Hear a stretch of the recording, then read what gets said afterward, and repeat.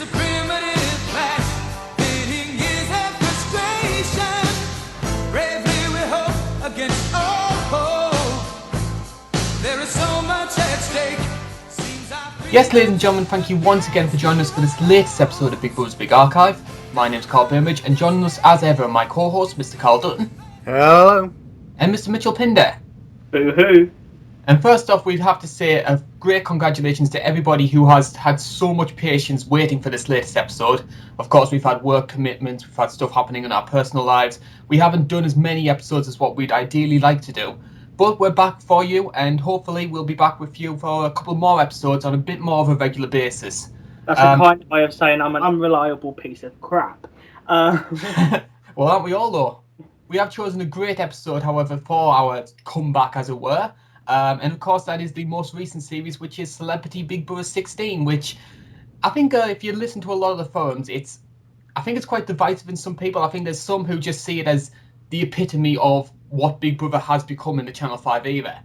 And some who've just embraced it and just see it as that sort of train wreck television of what it is. Because I don't know about you, I just think it's thoroughly entertaining. Yeah, I mean, I think, just to preview my thoughts in general, I think over the last few years, I think ever since the Jim Davidson one, I'd say, I think I've just kind of like, okay, look, it's not it's not the show it used to be. Just enjoy it for what it is. And the last few I have, as I've said before, the last one, January one, which we spoke about, I had to turn off. But other than that, I've just kind of enjoyed it for what it is. And yes, you can roll your eyes and go, oh, another task getting them to bitch at each other, of course. But you just go with it. Eventually, it's part of the course. Yeah. I think the best way to look at this series is you can't compare it to mainstream reality television. You can't compare it to, say, like an I'm a Celebrity or an Apprentice these days. The best way to judge a Channel 5 Big Brother these days is compare with those sort of like trashy MTV reality shows, like, I don't know, X on the Beach. X on the Beach, or Ton of Cash, or A Shot of Love with Tila Tequila, stuff like that. If you enjoy it on that sort of level, you can really come to appreciate it, because trust me, this is very fun television in my opinion. It's a laugh. It's a laugh. It's just fun. You've got to treat the show as fun. I totally agree with Carl there. Once you accept it for what it is, it's just around the same time as you did, but around the Gary Busey side of it, I was just like, yeah, it's a laugh. Just keep with it. Around the Frenchy times, I was like, yeah, this is what the show's become. Yeah, another secret room. Yes, another launch night twist which fails. Oh well, just go with it.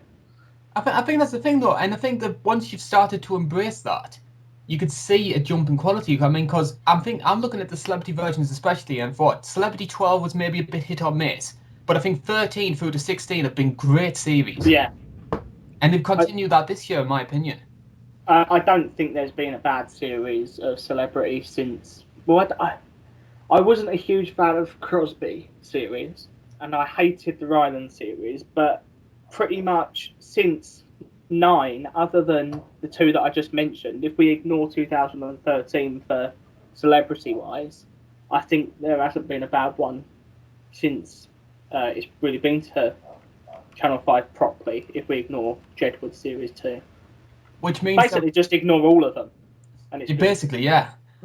Which means, of course, we will, of course, have the chance to talk about Celebrity 16 and see how they managed to continue this trend.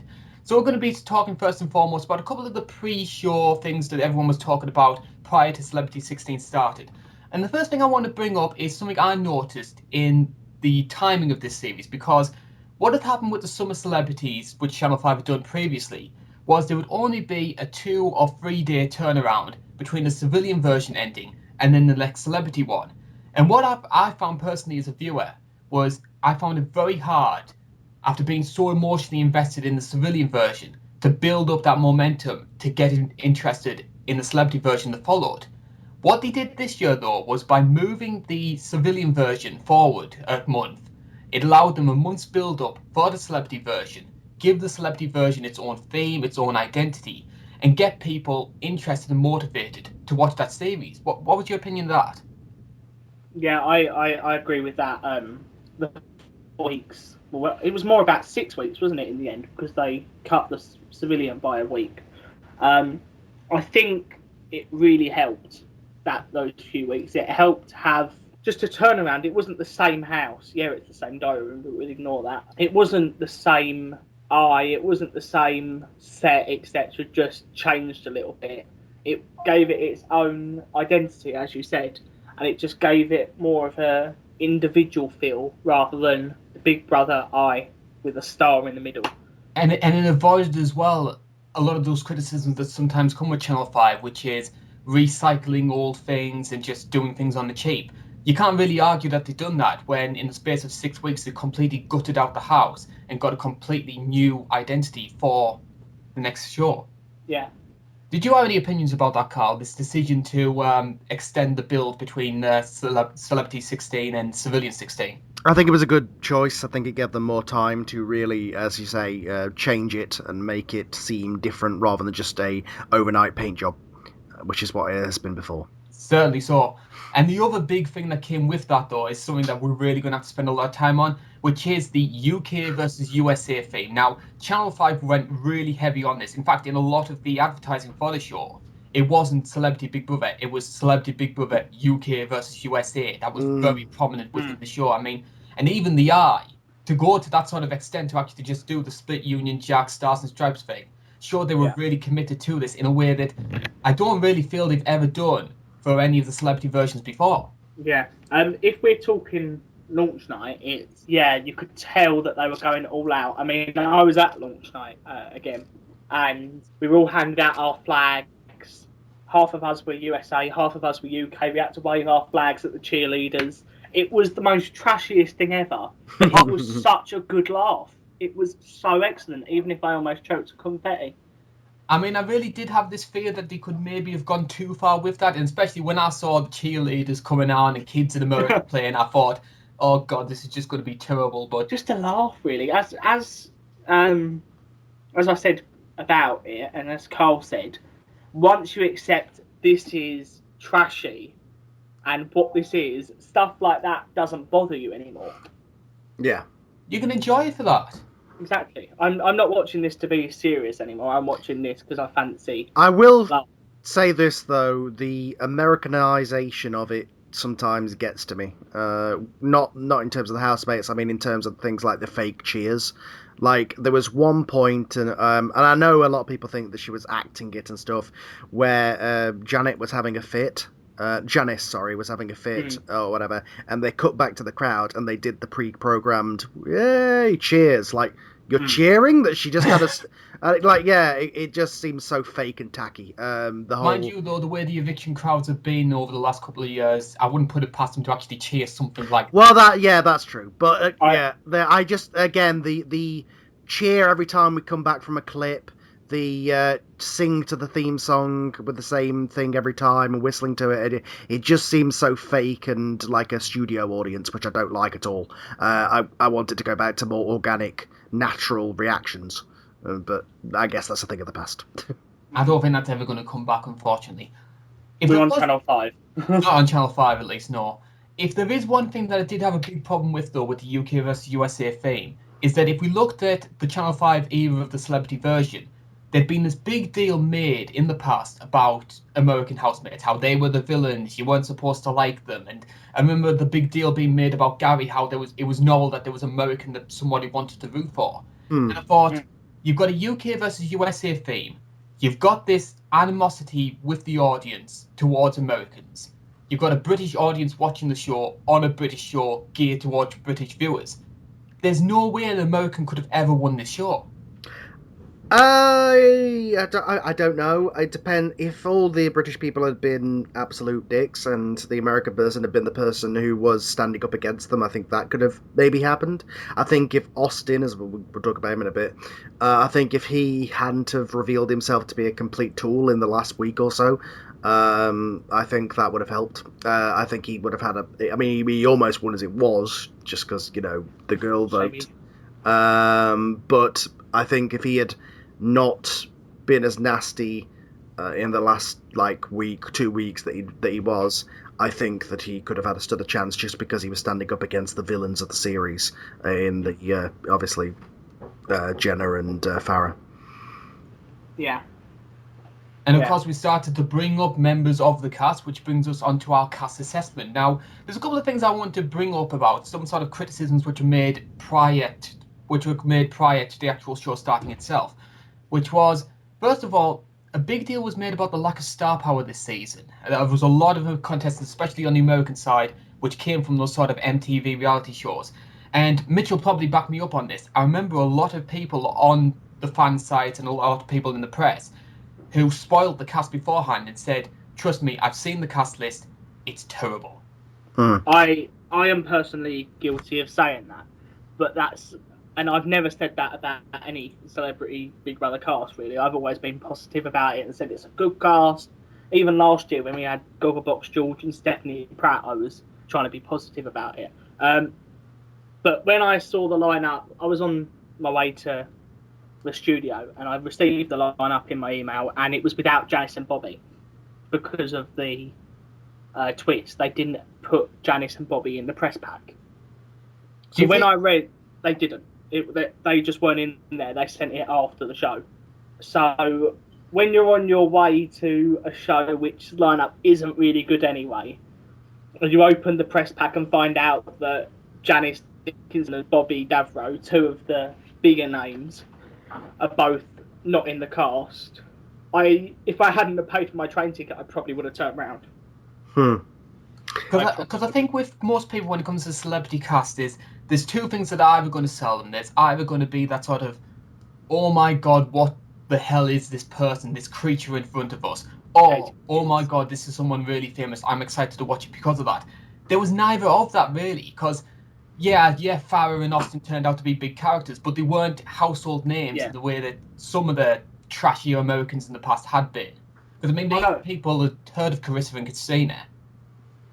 And then on the star power side, Gail was probably our biggest name on the original launch night. I'd say Sherry. Sherry Houston as well, but still, that's not... Because she is still in one of the biggest comedies in Britain, and she is still on a regular show which does all right. So I'd probably say Cherie for the British side, maybe edging on Chris for the older viewers. I mean, obviously Gail is a big name, but when you have people like coming from the original cast, when you've got people like James, it's like, really? And Clovey. The only person I recognised was Bobby, just because I saw him on some shows when I was a kid. Everybody else, I pretty much either had only seen them in kind of passing familiarity or just didn't know at all. I think that the cast was designed to stay cheap, but get the most for their money. I think that was the idea of the cast, was we're going to get we've had a lot of success with the Frenchies of the world, and for as much as a lot of people like myself hating Perez's and the Spidey and all those ones. They're like, okay, what's happened if we put 5 or 6 of those type of characters in the house and we can keep it cheap? I mean, Jenna Jameson and Janet Dickinson were quite expensive from what I understand, but other than that, it was it was the best for their value for their money kind of cast, which I think is what they're going for. And do you think... Sorry, I'll let you go first, Mitch. I must admit, I had heard of all of them, but that's because I'm very interested in celebrity. I follow celebrities most of the day. I'm not plugged into the OK magazine. I mean, I wasn't wasn't reality shows or any of that. I wasn't too familiar with Tila, and I'd only heard of Austin through being rumoured in January.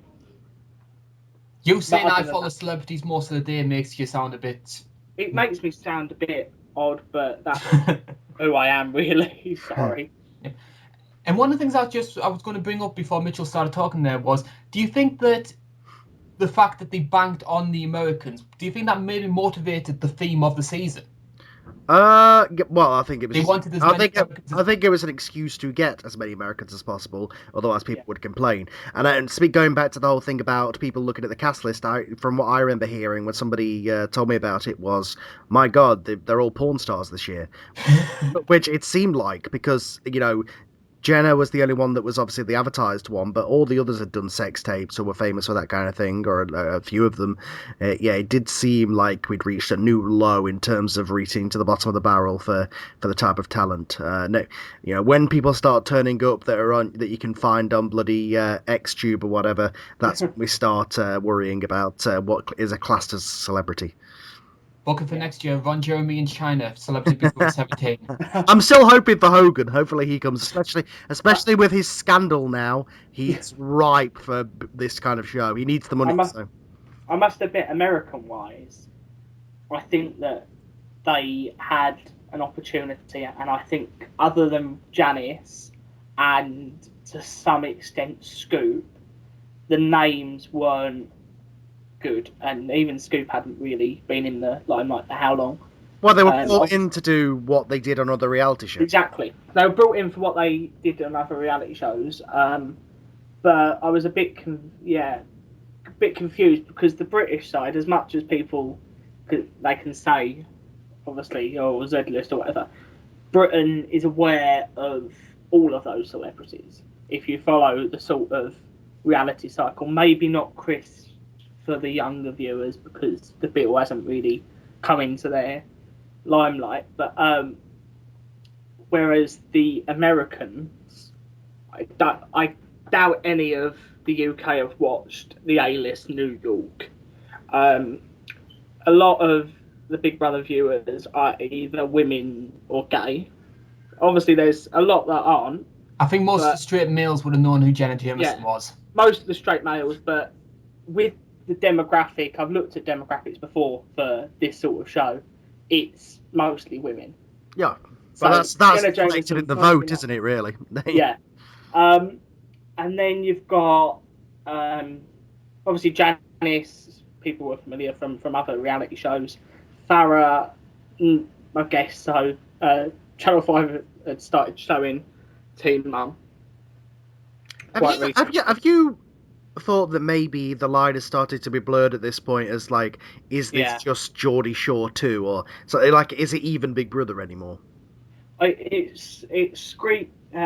Some of the when you've got like the Tilas, the Jennas, the Austins, and the Farahs, it sort of became a bit like, is this Celebrity X on the beach? Yeah, it's just it just seems like every year the format just keeps more and more watered down, and the rules get looser and looser, and whatever they feel like doing that week. It just seems like without the format, it could be any other show. So, but at least there was no one from Towie.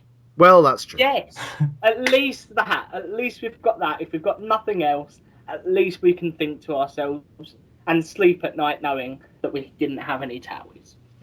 And isn't it funny how people consider this January's and this August's to be some of the best Celebrity Big Brothers we've had in years, yet both of them had no Towies, no Geordie Shores, and no Made in Chelseas?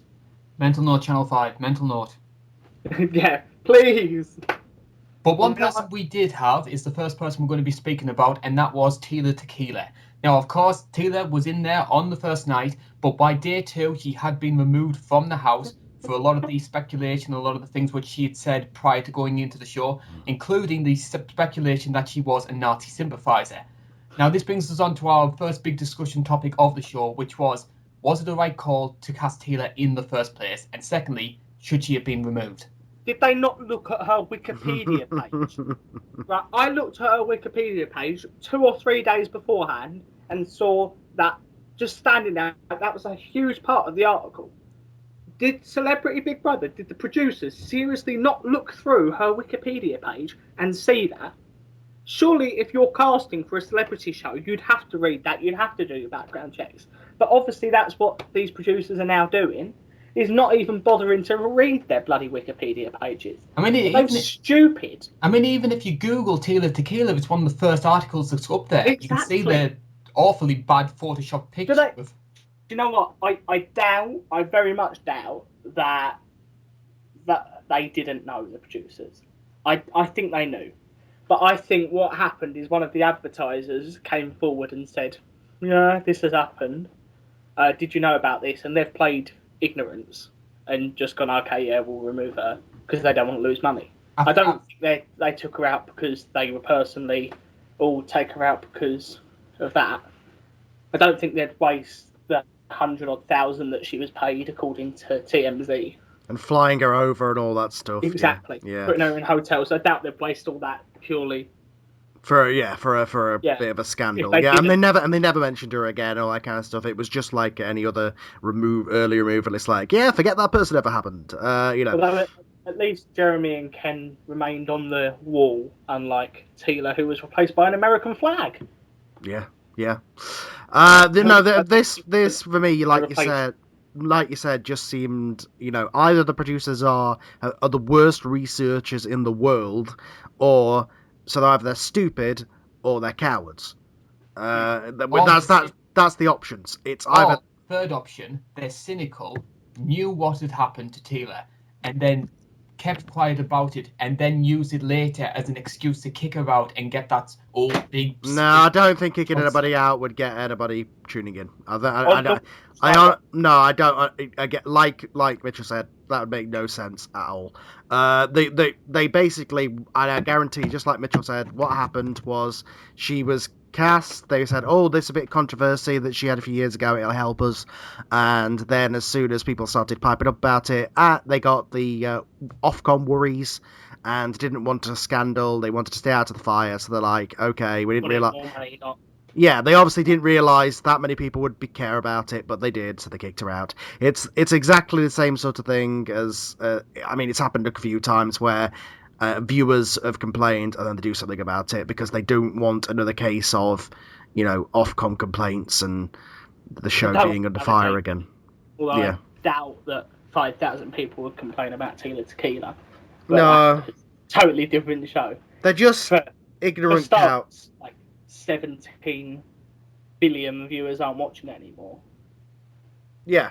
They're just stupid. They didn't realise what the backlash would be, or they did, and they, I don't know, I guess they thought they could get away with it or something. I'm not sure what they thought. I think no matter what, it was ignorance, I think. Yeah. They were either pleading ignorance and going, no, we didn't know about it. Definitely didn't know about it. Definitely didn't look at a Wikipedia page or Google the woman. We just cast her. Yeah. And I know that booking for these shows is quite extensive. Mm-hmm. So there is no way that they would not have known that. No. Unless I guarantee if you Googled the name, it'd probably be like the third thing that'd pop up. I'll Google it now. Let's see. Although it's probably now ejected from Celebrity Big Brother. Oh, yeah, that too. But before. But it also creates one of those sort of great what-if moments in regards to this season, which is, we had a series, just think about this for a moment, we had a series which had Jenna Jameson, Farah Abraham, Janice Dickinson, Austin Armacost. Could you imagine if they'd had Tila Tequila in there as well? Yeah, I think she would have become the third Wicked Witch, wouldn't she? It would have been those three. We didn't get to see her, because I think she could have provided something, and it's sort of like they put her in and we didn't get to see anything from her because she was kicked out that early, and we don't get that with housemates. Am I right in saying she's broke the record as the shortest Big Brother housemate ever? Yeah. Well, yeah, because Simon went back in. If Simon hadn't have gone back in, no. But yeah, I think so, yeah. It didn't last. Yeah. Well, I think she probably would have joined up with Jenna and Farah, and that would have been a three group instead of... See, I think she would have been on the other side. I think she would have been the Janice sort of thing, clinging on to Janice rather than Jenna and Farah. Maybe it would have been a case of maybe Farah would have had somebody to back her up, and Jenna wouldn't have felt the need to back her. I don't know. You could speculate anything that could have happened, but yeah, I mean, it would have been interesting. And the American team were down a person right from the start. Like they were already, Yeah, they were already down because they had Stevie and Chloe, which counted as one housemate. Because if this had been a British housemate, they could have replaced them like that, but an American housemate, it wasn't going to happen. So yeah, although they probably could have got anyone pretty much.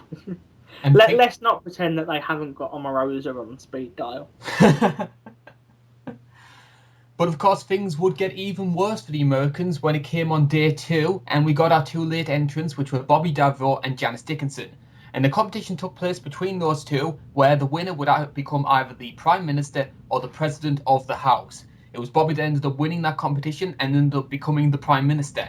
Now, am I the only person who was a bit cynical here and thought production wanted Janice to win that. They did. Let's face it. They wanted Janice to be the president. President Janice would have just been absolutely hilarious, in my opinion. I would have loved to see her views on ISIS and stuff. But let's not go there because it will become a different type of podcast. Yeah. But I think that that President Janice Dickinson would have just been so calm, and especially how serious she was about the ambassador of peace. I think she might have actually started lining up missiles and stuff if she was president. Mm. But I mean, even when they did that task with Bobby, like, what did Bobby's role as Prime Minister Nothing. involve? What, 2 speeches? And Yeah, it didn't. What was the point of this? It didn't do anything. He didn't win anything. He didn't rule anything. This was an entirely pointless task. Nothing came of it whatsoever, apart from them some way thinking every time a president or a prime minister was named, they took it seriously, like they were the real, like they were in charge of the house, even though barely any of them were ever given, especially this one. It just, nothing happened. Nothing to do with it whatsoever. Maybe they saw all the people with sex tapes that they put in and thought, maybe let's get a bit of role play in here. But obviously it didn't work because I don't think anyone wants to see Farah Abraham and Bobby Davro at it. I just don't understand what the hell the point of this was. If you were just going to do that servant's task, what would have fixed it if they had just said, whoever the losing team are the servants for the royalty task, done, and then that makes it make sense. But whatever. Well, there isn't really an American royal family. But it would have at least been some sort of structure. And I think it's very obvious these days, as I've said before, that they don't have a structure. They don't have rules. They just make it up day to day, whatever they feel like doing to cause the most drama and get the most arguments for TV.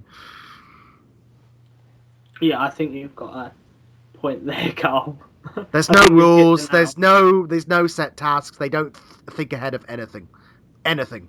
But this task proves it. Go with the flow. Yeah, you just got to accept it. This show is run by a bunch of morons who just go by whatever they feel like doing that day. And yet we still sit here to talk about it for 2 hours every month. Yeah. Next week, Carl Dutton on the cabinet.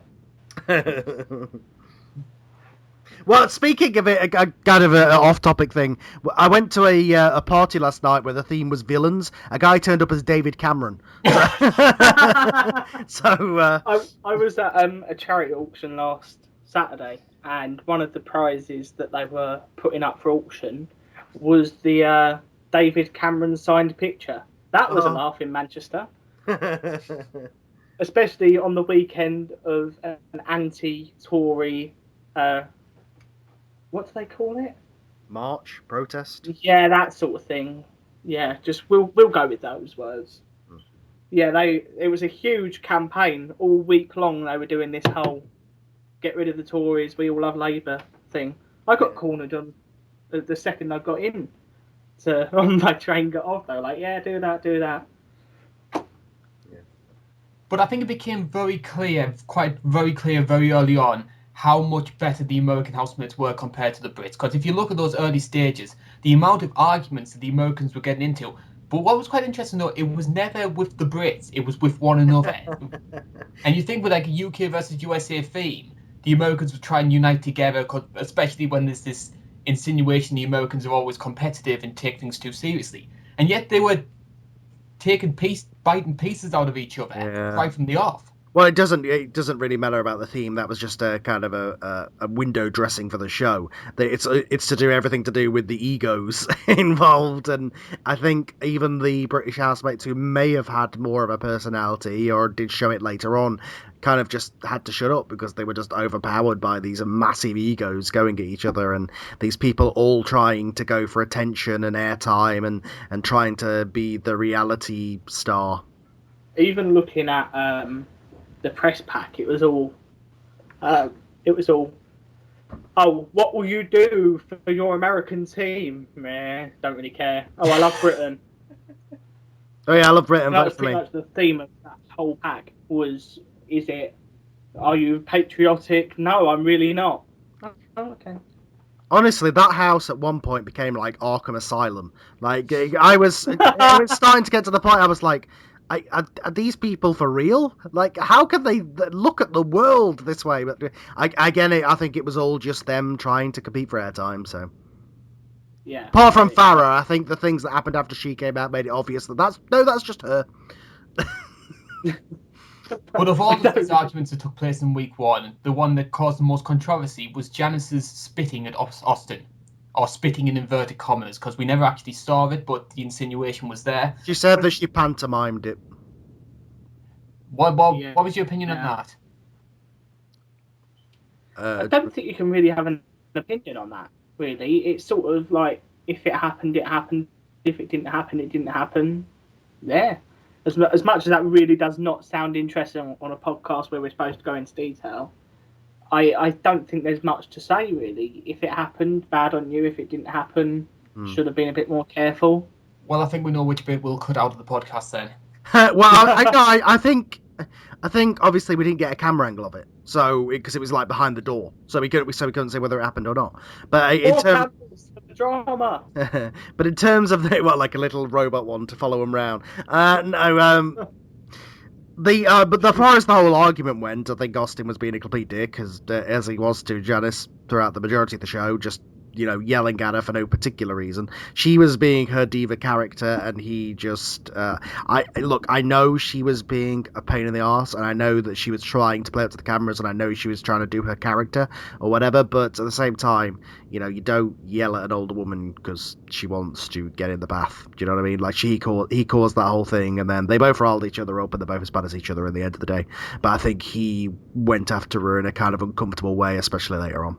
And that was kind of his downfall. That's why he didn't win. So, you see, that's where the downfall started for me, for Austin. On launch night, I was a bit like, meh. And then he sort of went, I was like, oh, show some promise. Then this happened, and it was like, what a dickhead. Yeah, I think that was Austin's story in the house, was he kind of had a point in a lot of the arguments he was saying, but it's the way he said it and the way he went about it. And I think especially the way he spoke to women, especially as well, was a big issue with me. Mm-hmm. It's like, you're right, she was being a diva then, but there's a better way to say it than yelling at a woman that she's a hag and she's a failure of a mother, and yeah. I'm sure. Yeah. Trust me, we'll have plenty to say about Austin as we get on with the show. But I've got bullet points. I've got the essay of Austin. I've got a filing cabinet next to me. Yeah, I'm not going that far. I am. The next thing we are going to be talking about, though, was something that we touched on a little bit earlier in the show, which is the royal family shopping task, where, of course, the Brits were made out to be the big brother royal family, with the Americans acting as their servants. Now, am I the only one who saw this twist and immediately thought of Masters and Servants from Celebrity 5? Oh, yeah. It was every task has been done before, and they keep redoing. That's just the story of the show at this point. Can I go into our special guest, though?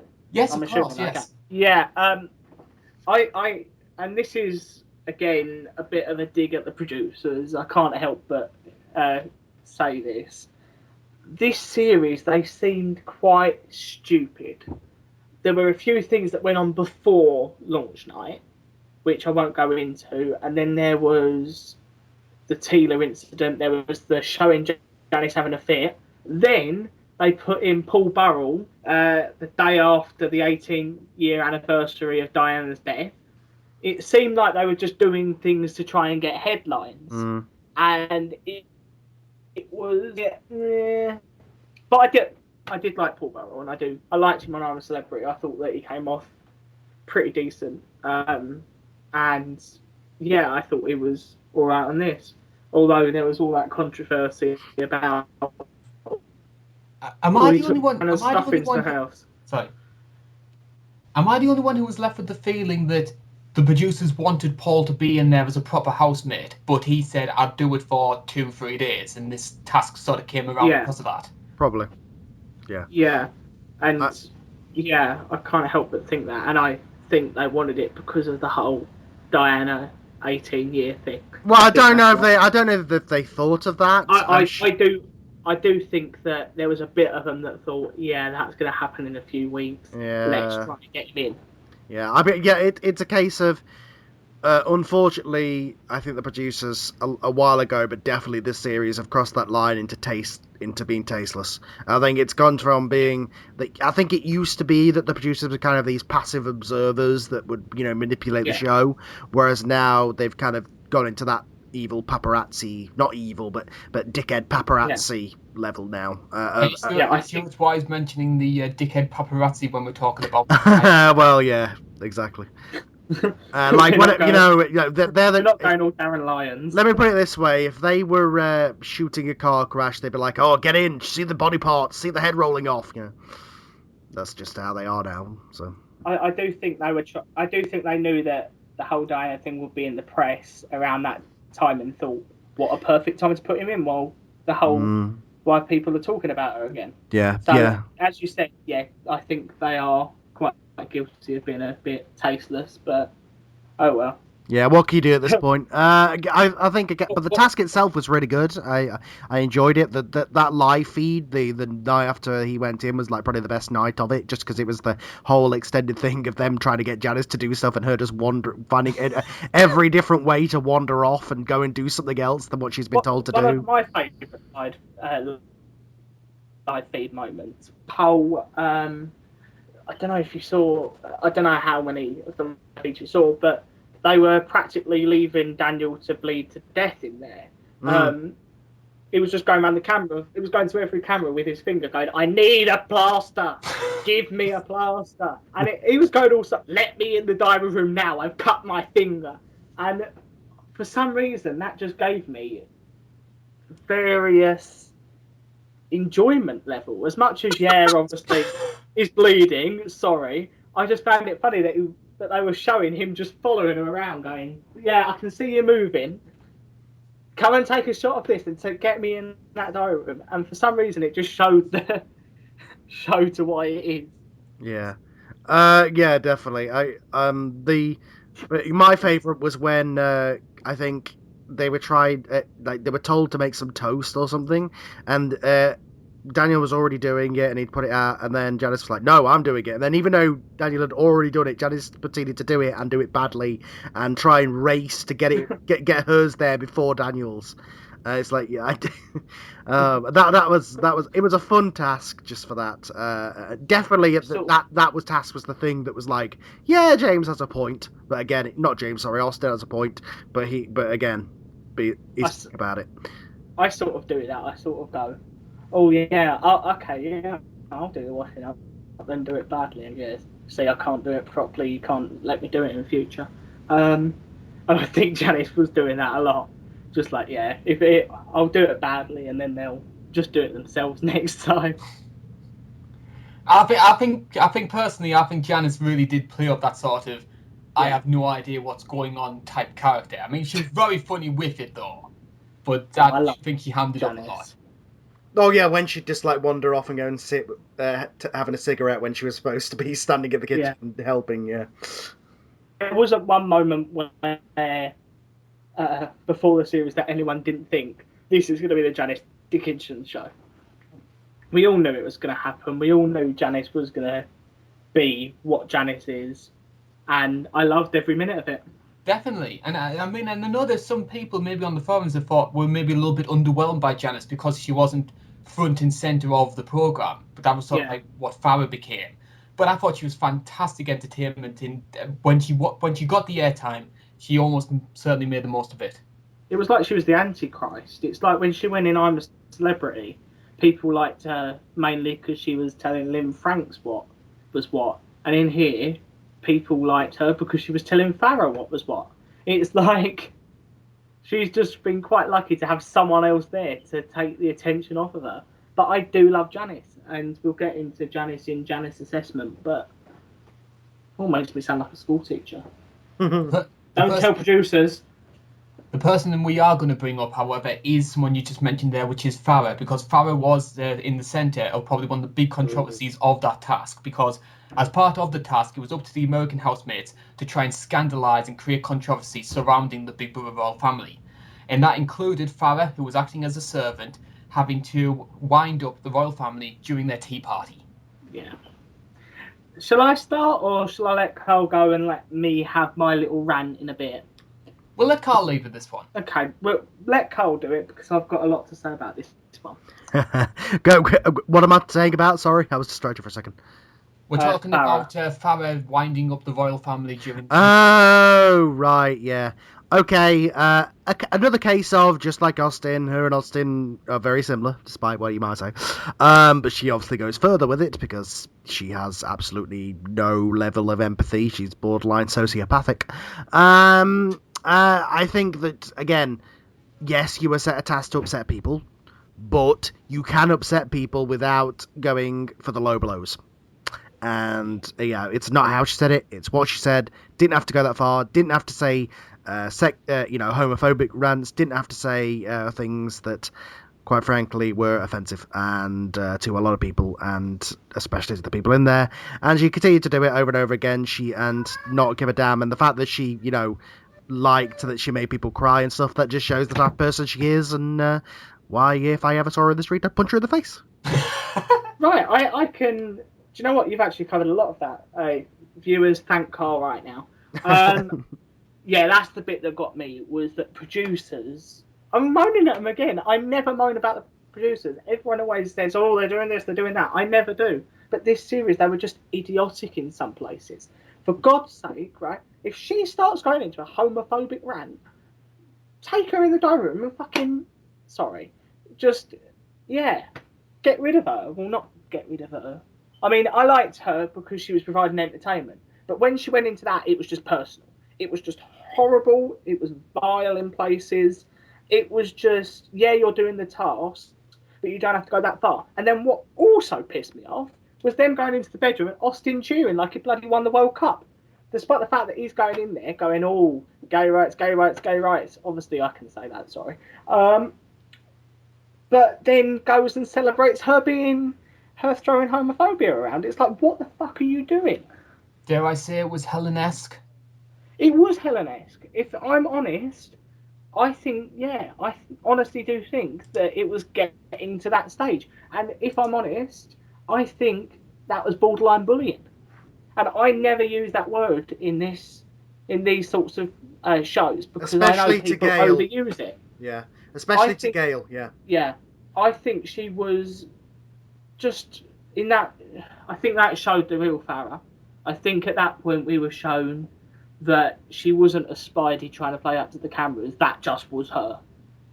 Yeah, I saw Farah as someone who had a lot of problems. Yes, but that doesn't excuse. Look, there's a lot of people in the world that have far, far more bad things happening to them. There's a lot of people in the world that then go and use that as an excuse to go and murder people. That doesn't make them good. That doesn't make them right. I'm not comparing her to a murderer by any means. I'm just saying, just because you've had a bad past does not make being a bad person and, quite frankly, borderline an evil person right. And I don't get anybody who defends her. People can defend her on the entertainment value. I'll get that. But it crosses a line of entertainment when you're getting into a random argument with Bobby that's over absolutely nothing, and you all of a sudden go to, oh, well, obviously I know you cheat on your wife then. Like, what that was uncalled for to even... When did that even come up in the conversation? She just went straight to that just because she doesn't know how to have an intelligent argument. All she knows how to do is to go straight for the family and the most insulting thing possible to hurt people. Totally agree. And you mentioned... if this task didn't give us anything, it gave us the whole Chloe Jasmine, but I just wanted to have a nice tea party. Those two were the only good English people at many points, because they were just so... Speaking of Arkham Asylum, dear God, it was... I didn't get what... Are they for real? I guess they are. The thing is, as much as they might not have been for real or whatever, it was damn right entertaining without being nasty. I adored Chloe and Stevie. Chloe especially, I think, became one of the great breakout characters of the series, in my opinion. Definitely. I think that at that point I was realising that if you don't take them seriously, they are just brilliant. It alarmed me though on the forums how many people did take them seriously, because it took a really long time for people to actually warm to Chloe and Stevie. There was a lot of people. Yeah, they were like, it took me a while. It took me surprisingly a long time. I mean, I like Stevie on the outside, and I did really like him towards the end, and towards the middle stage, about this time really. But yeah, they were just, as I said, they were entertainment without being Farah nasty, without being Austin nasty. I think Clovey and Janice, they were the two for me that were providing entertainment without having to go to low blows. Yeah, I think, especially in the later years of Channel 5 of these years, I think the show's become, people think entertainment and they automatically think of arguments. You can have entertainment without arguments. definitely. And the other thing that Tea Party gave us, I just want to mention this before we move on, it also gave us the Gail face. There's just this shot when all the arguments start to kick off. There's just this shot of Gail just looking straight into the camera. And that almost became a meme on all the internet forums. It was just Photoshop Gail into all these different random situations, just with this look of... Almost as good as the Patsy Kensit one. I look at that thread so many times, despite the fact that I've seen all of them, and I crack up every time at them. So trust me, if you are on This Is Big Brother, I'd strongly suggest you check out both the Patsy one and the Gail one, because they are very funny. Yeah, she was a woman who was obviously has had a lot of problems in her life, and it shows. She like when she's crying because she can't do the cleaning. Oh, yeah, I did love Gail, but we'll get into that. We'll definitely get into that. She should. What we are going to be getting into, though, is our first eviction of the season. Now, it was between 6 people, which was Chris, Daniel, Farah, Janice, Jenna, and Chloe and Stevie. Now, a lot of people had Chris down as the first person to be evicted. He wasn't really doing that much. He wasn't really that entertaining. Did you find it a bit surprising that Daniel was the first to go? No. I don't think, at that point, if we had have been in a Stephen Baldwin situation where he was providing what Stephen did in early times in his series, I think we would have seen more people voting to save Daniel. But there was no fan base there. There was no people that... There was nothing to really vote for him because of. Chris, there are a lot of fans of the Bill out there. I am very surprised that I can't look through Facebook or Twitter in a day without seeing various people talking about the Bill. As odd as that sounds, yeah, I honestly do think that there was no obvious fan base there for Daniel. Yeah, that's an explanation, but I was shocked. Simply because, not knowing people, but just seeing the show, Daniel may not have done much, but he at least was entertaining. He was at least providing some entertainment. He was a nice. And he seemed one of the more decent Americans of the season. Absolutely, he was a level. He was a level-headed, nice guy. Yeah, and I think he would. I was. Go on, sorry. No, sorry, you go. Oh well, I was just going to say I would have liked to see him stay because I think he might have been able to calm some of his teammates down. What I found odd was the 6 housemates that were nominated. Normally, the first nominations of the series, we get the sort of, unless there's some twist like there was in January with Chloe and Alexander, you see the more controversial people go up. And you see, like in the Spidey series, we had, as much as we have Frankie Dettori, let's ignore that, we had Spidey and Paula who were providing a lot. And you sort of get those sorts of types up for eviction in the first week. But what I was surprised about, that people found reasons to nominate Chris, Daniel, and to some extent Chloe. I thought that eviction would have normally been set up to get rid of Jenna. Well, I think because there were so many Americans in there, they were voting partly tactically. They were also voting on they thought they were playing to the public by voting for entertainment value. I think that had something to do with it. But yeah. Am I right in saying as well, though, that originally, had it have been a normal nomination process, it would have been, I think it was supposed to be Daniel, Chloe, and Jenna who got the most nominations. No, Farah, Jenna, and Daniel. Yeah, and let's not even go into. I've ranted about this before. The tally for the votes anymore. It's like, okay, so it should be the people with the 3 top votes. But if you get more than 1 vote nowadays, they throw as many people up there as possible to make them more money. So, but even then, I'm very surprised that Daniel managed to go up on that log. Yeah, absolutely. I between him and Chris, in terms of the value to the show, Chris should have gone. But whatever, people like the bill, so yeah. Exactly. Damn you, Bill fans.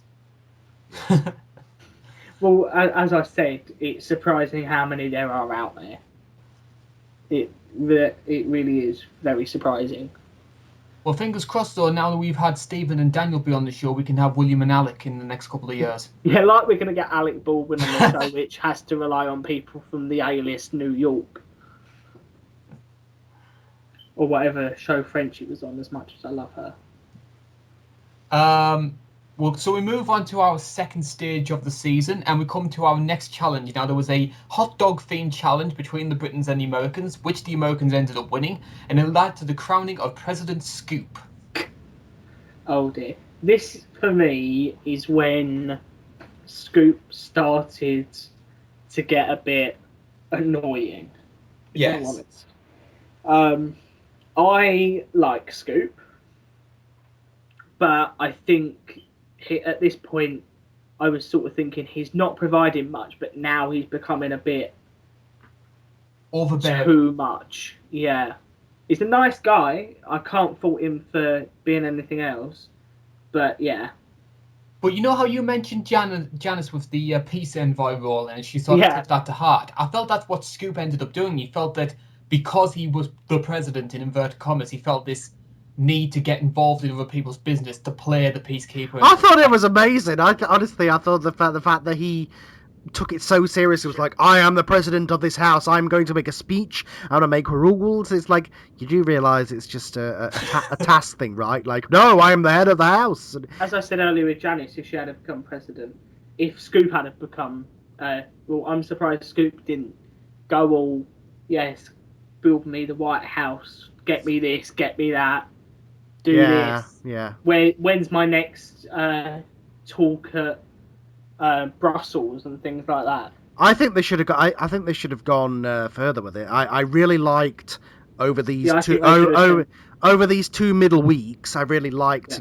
They actually had a format for a little bit. It was kind of Big Brother USA's format, stolen, but the whole Prime Minister whatever was the head of household, and they had that whole thing. They had that whole thing going on. And it was an actual good way to use the theme of the show. And have the 2 teams fighting for their guy to be the head of the house and to rule, and that it made sense, but they didn't keep with that because that would require actual thought. But no, I enjoyed it when they kept that, and also I think they should have gone further with it. They should have had somebody be like the vice president. They should have had like a whole cabinet and made every day they should have made rules and made them do things. It should have been the royal task for the entire series, but without the whole costumes and the stuff. Yeah, I think they should have gone a step further and sent Fat Man Scoop into the United Nations. Maybe not that far, but people would moan about outside contact then. Yes. He's been speaking to the United Nations. He's been on the peace committee. Get him out. Yeah. Although, surprisingly, now that you mention that, did we have one of those outside contact moments this series?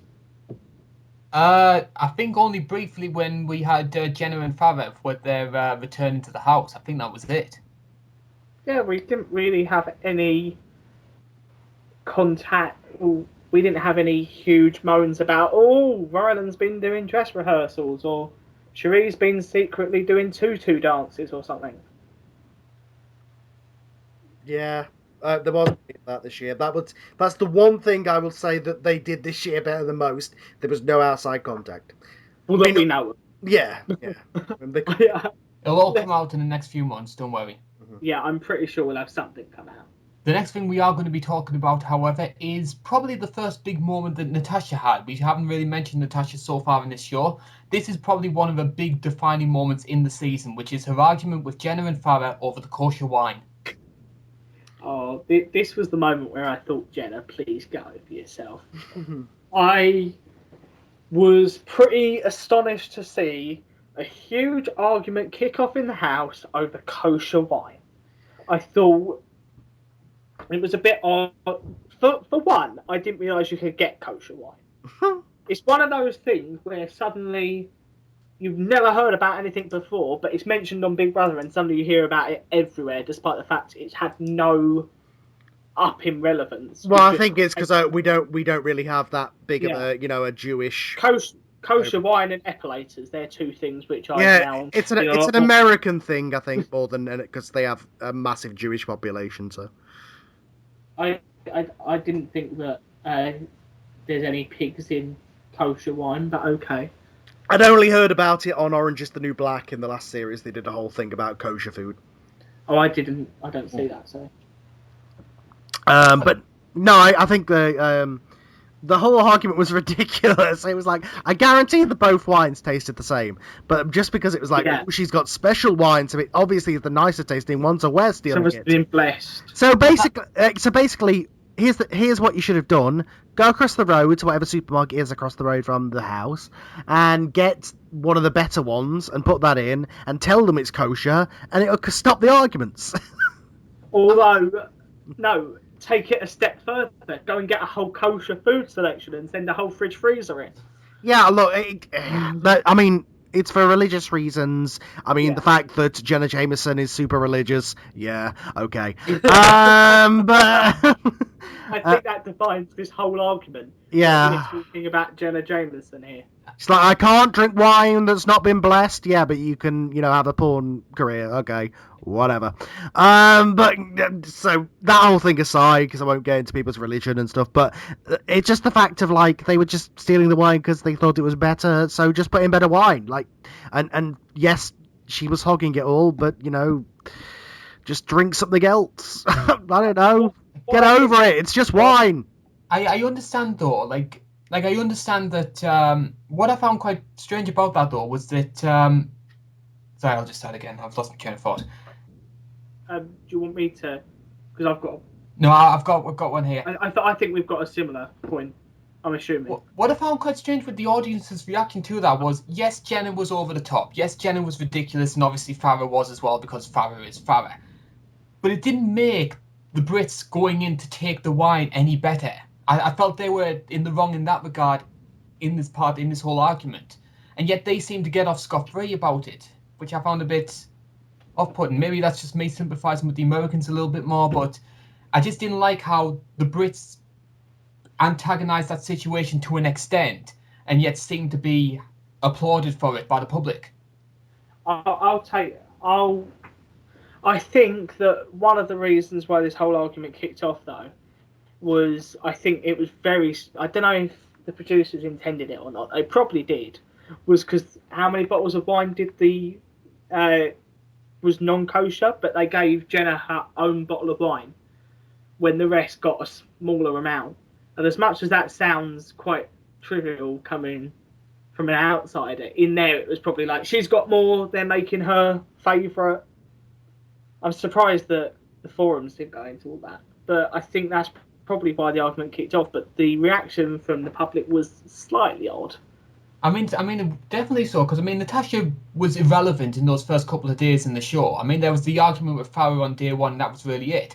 And yet suddenly she, shot up on the opinion polls all over the place. It was like, it was one argument, and she was just as bad. Well, I think, but I think it also was a case of she's the only British person who's actually got some balls to actually speak back to Jenna and Farah. James kinda, but he did it as he was yelling insults as he was walking away. No, you're terrible, but I'm gonna go over here so you don't follow me and continue this argument. Yeah, I agree with that. And am I right in saying as well that this argument also brought about Chris's comments about Americans on the street? Yeah. I didn't really pay attention. What was that? I just don't get maybe it's xenophobia of just obviously since these are the Americans in here, that means all Americans are like this. No, it just means that the producers have picked the biggest cunts because they want arguments. Exactly. And it's probably the only memorable thing that people think of when they think of Chris Ellison on the show. And the only other American that wasn't, that they've voted out, other than obviously Scoop. I seem to think with that a little bit with Chris, the thing that stuck out for me was the rant just before that about I'm an actor, I'm not used to entertaining, etc. I thought that was a point where it made sense to me, although apparently it didn't speak volumes for anyone else really. No, I'd But rather somebody be themselves than... Exactly, he wasn't playing up, and I mean, there was a poll on one of the forums a few weeks ago. People were asking for the most genuine housemate. Genuinely, I think the most genuine housemate was Chris. Because he wasn't playing to the cameras. He wasn't playing to the cameras. He was just doing his normal life. Well, obviously not the normal life because he's in the Big Brother house. But he wasn't in there to try and cause arguments on purpose or act up or anything. He was just being normal. Yeah. I mean, I quite liked him and Janice's sort of friendship that was brewing on the live feed. Yeah, on the main show we never really saw him, so I never really got a chance to have an opinion of him other than the xenophobic comments, which, you know. Yeah. But I think that the thing with him, again, I'd rather somebody be themselves and be boring than act up and pretend to be somebody completely different just for airtime, which is what the Americans were either doing or they just were. Or they just were like that, like Farah. I did find it a bit of a strange casting choice in general, though, because I heard Chris Ellison's name mentioned before, and trust me, I remember watching the bill, and I remember Burnside was a massive character on the bill. He actually got his own spin-off series. But he was the main star of that show. He was a massive star of the show. But it's an actor. Exactly. It's an actor who pretended to be that character, and it amazes me every time an actor goes in there. They, especially on the side and things like that, they talk about them like they're going to be their character. Like, no, that person wrote a script by a writer who came up with that character. They're not going to be like that in there. They were portraying a role. It's like if they brought in James Earl Jones and expected him to start cutting people's hands off. Like, well, the one that came to mind for me was David Threlfall. Everyone expected him to be Frank Gallagher when he's this well-spoken Shakespearean actor. Yeah, it's just ridiculous. I was thinking then, when on earth were you thinking he was in Big Brother? But then I was thinking, oh no, you were. You want somebody ideally. Oh, that's something else. Ideally, they want somebody that's in their price range, which isn't many these days, but they do get it out occasionally for the Americans. But they want somebody who's in their price range who is known for who is famous, but is also famous for being a fucking car wreck. Like, if they could afford her, I'd say somebody like Lindsay Lohan would be amazing. Of course, they can't afford that kind of name, but, you know, somebody who is known for their real-life personality more than their on-screen personality. I don't think we're far away from Lindsay Lohan at all. Give her a couple of years. I honestly do think maybe in the next year or two. What, you mean she's the next Tara Reid? Her career is just... And I think that the producers are sort of running out of obvious names, because that's something that I will say is this January you had so many obvious celebrity Big Brother names with Keith and Katie Hopkins, Katie Price Perez, Nadia, people that for years people have been surprised that they haven't already done it. And then when we got to this Big Brother, you had the Bobbies, you had Janice Dickinson, Sherry Houston, people that were obvious Big Brother castings. Now we're running quite low on obvious Big Brother castings, so I think they will get the cash out for Lindsay Lohan soon. Well, it's almost like they shouldn't do 2 celebrity ones a year, isn't it? And we'll have plenty of discussions about that in the future. What we are going to be discussing next, however, is on Phase 3 of the show. It's the return of that old favourite face-to-face nomination. Well, how many normal diary nominations that they didn't show to them did we have this year? Was there one? I think we had more in Celebrity than we did in Civilian, but that says a lot. Yeah, but I think one of them was shown to them on the TV. So I think the only diary nominations that were kept secret, there was one of them. It was week 1. Yeah, that was it. Do you remember when nominations twists used to be a nomination twist? Instead of let's think of a new every week. In Civilian, we had 1 week of diary room nominations which were reversed. Yeah. Right? Every week it's whatever gimmick we can come up with. Normal nominations are a twist. Yeah, that's what I was going to say. Yes, they are. Bloody hell. You don't need to go.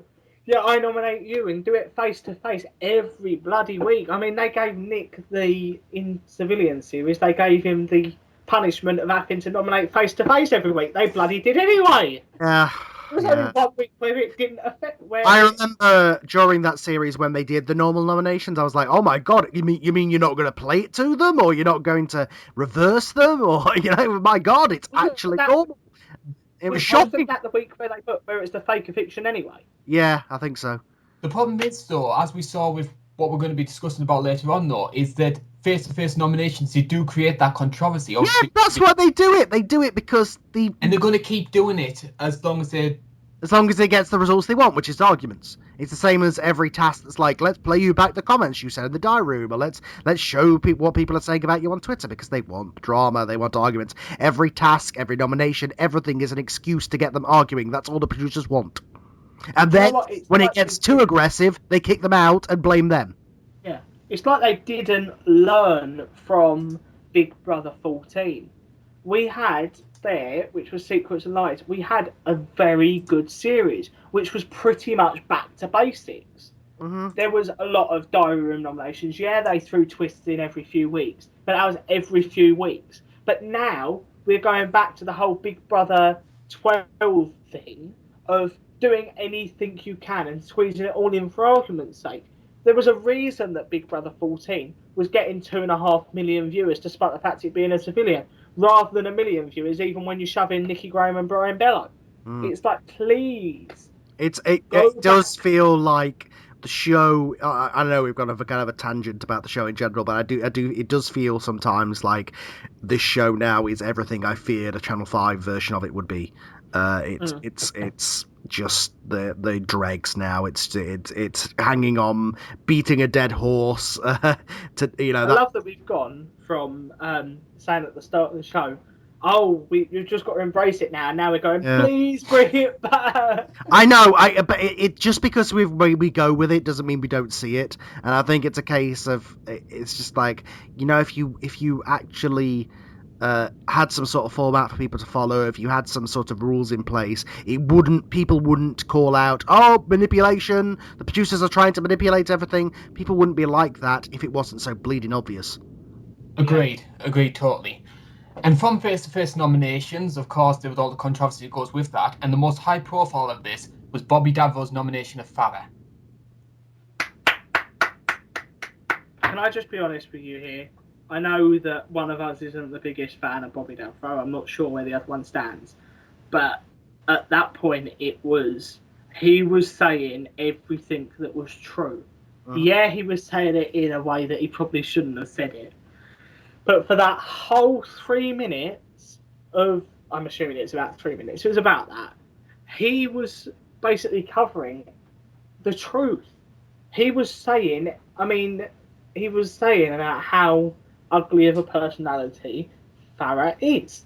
And that is so true. We've covered it on this podcast. We've said how that was actually her. It wasn't her playing up to the cameras. She is just genuinely quite nasty.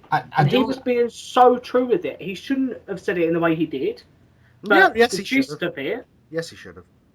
For the things that she said about all of them, he should have gone much worse.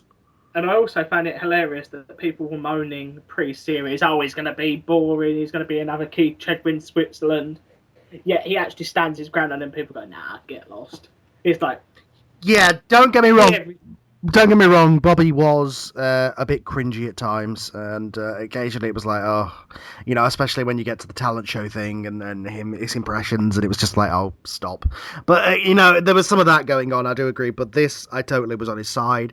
The person who I really got angry at during this nomination wasn't even Farah, it was Jenna. Just because I just don't understand that point of view of, it's okay for Farah to be the biggest bitch in the world and to insult people's families, to insult their sexuality, to insult their race, whatever. Everything's fair game when Farah's doing it. But as soon as somebody gives it back to her and tells her that she's being a bitch, "Oh, you can't go in on her like that. How dare you talk to a woman like that?" Totally agree. I agree with everything you said then. And I also disagree with how the public covered it up and said that's fine. Most of the fans of the show were the same ones that were criticising Farah, for doing that sort of thing, were then just ignoring what Jenna was doing and still going, she's "Oh, basically- hate Farah." Farah It's would like not have Jenna been anywhere. Farah would not have been anywhere near as bad if she didn't have Jenna behind her, basically back in her corner. Jenna was basically taking her off every chance that she got and told her, "Oh, you're doing amazing. Keep doing what you're doing." And Yeah, it, and and for it hurt me- Jenna, in my opinion, as well, because I don't know about you, I'm probably in the minority here. I think Jenna had the potential to maybe integrate herself into the group a lot more. Absolutely. But Farah was there. Until that moment, I really enjoyed her. I liked her as a personality. I liked her as a person. When she was just off with the other group with James and Austin, I liked her. But when she was Farah's cheerleader, backing her up and saying that it's fair for Farah to do anything to other people, but as soon as people point it out to her, how dare they? That it's like, well, what planet are you living on? It's just it's so obvious. It's not editing. It's not producer manipulation. She's just a bitch. And for me, it was coming off that Jenna, on a Farah front, she's not a nice person, but she's providing something to the series. Jenna, for me, she's not a nice person, and she wasn't providing much to the series. So she didn't have either side. I thought Jenna did provide some good entertainment. But not as much as Farah. Yeah. But Not as much as Farah, but she was definitely in sort of like the top 6 most prominent people. and I liked her as a person overall until other than this part of her. But yeah, I just before that, I'd started seeing the bad traits in her, which obviously kicked off in that part. And I do think there was quite a bit more. But for me, I don't think the series really needed her after sort of midway. If she had been a midway boot to give some of the others a bit of airtime, it would have been a better of a sacrifice than losing Farah. it's almost a case of who's worse, the person who's doing the bad thing or the enabler who's and letting them do it and encouraging it. So she was almost worse in a way. But Good way to look at it. I certainly think so as well. But I did find it quite ironic, just going back to Jenna and her reaction there, that the production team always like to push this party line of the Americans. They're all game players, they don't take things to heart so much. And yet, any time the Americans received any sort of criticism, any sort of backstabbing, inverted commas, in the nomination process, they were up in arms about it. Yeah. It's all right for them to be tactical, but you betray them, you've ruined a friendship for life. And yet it didn't bother the Brits. The Brits just went with the flow with it. Yeah, totally. I think, and they also sort of, some of the Americans took the nomination process and being up for the block as you've just been nominated to go to be the next one to walk the plank. Yeah, It was you've it was nominated like a life or death situation. You're still getting your full pay packet. You are still, but in fact, you're actually going to spend another 2 weeks in a 5-star hotel or travel lodge, as it probably is now on Channel 5, London, where you can just do whatever. You can go and sightsee with that fee that you've just earned. Yet they moan, and yet they're moaning. Oh, I don't want to stay in here. But then when someone else goes, they're like, oh, why have they just been evicted? I want to go now. I wanted to go. Make up your bloody minds, you indecisive idiots. Yeah, my question is, and I was wondering this as I was watching the show. If you win the show, do you get more money? No. So why do they care? You get a set fee. If they say, I think Janice got about 300 grand. There was a few others who got something like a bit less, and then you had the Stevie and Chloe's, which were about 30 to 50. You got exactly the same amount whether you were first evicted like Daniel was, or won the show like James did. Right. So the same as they said at the start. Yes. Unless they extend the series like they have the past few, then you get a bit added to that. But okay, that's what I'm thinking is then why I get being competitive and all that, but why do they care whether they exactly why people care so much about winning? It's like, what are you? There's no prize, there's no contract, there's no extra money. There's no why are you going out of your way to be this person to win nothing? Yeah. I mean, you win nothing extra. Staying in there for a few more weeks. You stay in there for a few more weeks. If you come out, you get your hotel, you get whatever you want to do in London, pretty much. I'm pretty sure you get your food paid for you by the channel. Yeah. If you've been flown over, you get places on bit on the side and stuff. As much as that might sound a bit of a consolation prize, you still get that a bit more attention to you. Yeah, that's what I'm saying. I think maybe the only person. Go on, sorry. It's like it's a life or death situation. If you nominate me, I'm automatically going to get murdered. Yeah. But I'm automatically going to get shot. It's like bloody Russian roulette. It's like that episode of Doctor Who when they had the Big Brother where they actually got executed on the way out the house. I don't understand it at all. And when people are like crying, like, "Oh my god, I won!" I'm like, "What did you win? You won a title, and maybe if you're Rylan, you won a guest host spot that may turn into a permanent job." I don't understand it. Like Louisa, she didn't win her show, but she got the most out of her series. Again, it's just a case of if there's no prize on the line, why should I care who wins or who loses? You're still getting the exact same amount of money, mate. You're getting exactly the same. Pretty much all we're voting for is bragging rights in the future on forums. Yeah. That is pretty much it. That's it. Get to go on bots and have a little name card saying winner.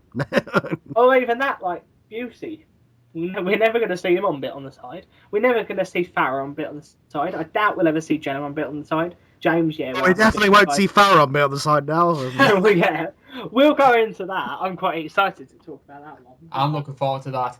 But we're talking about series. another Farah related situation, which is that Farah and Jenna were sent to yet another returning twist that we all love and adore. It's the safe house again. No, I'm So not we've had face-to-face nominations and the safe house in the space of 3 days. And I loved it because everybody knows my opinion on this. I think I had probably an hour rant about this thing at one point.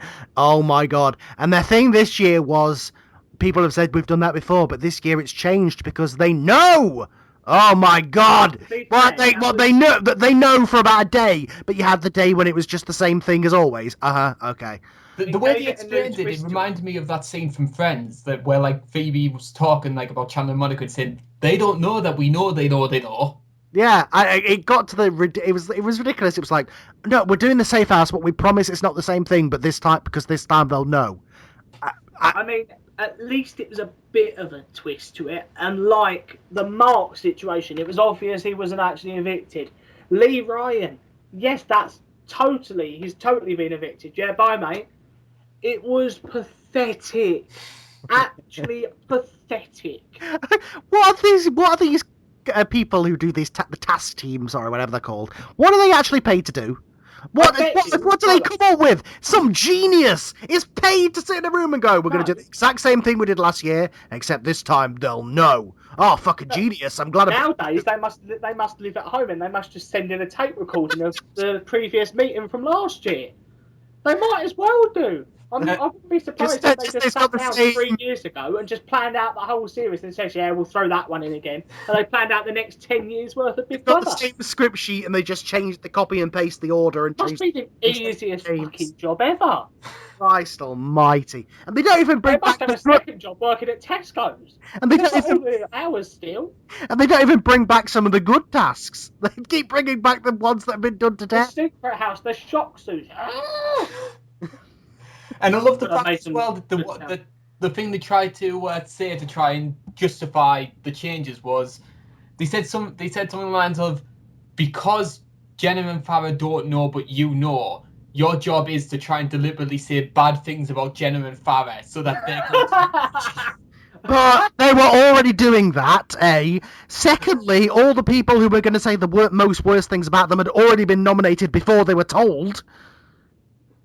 So all we were left with was the grey, boring housemates who were never going to say a bad word about them. Although I do love how Janice just completely didn't understand the concept and was like getting into arguments in defending Jenna and Farah. Yeah, like he was trying to get himself nominated and she was like, no, how dare you say that about them? Wait, what? They're nice people.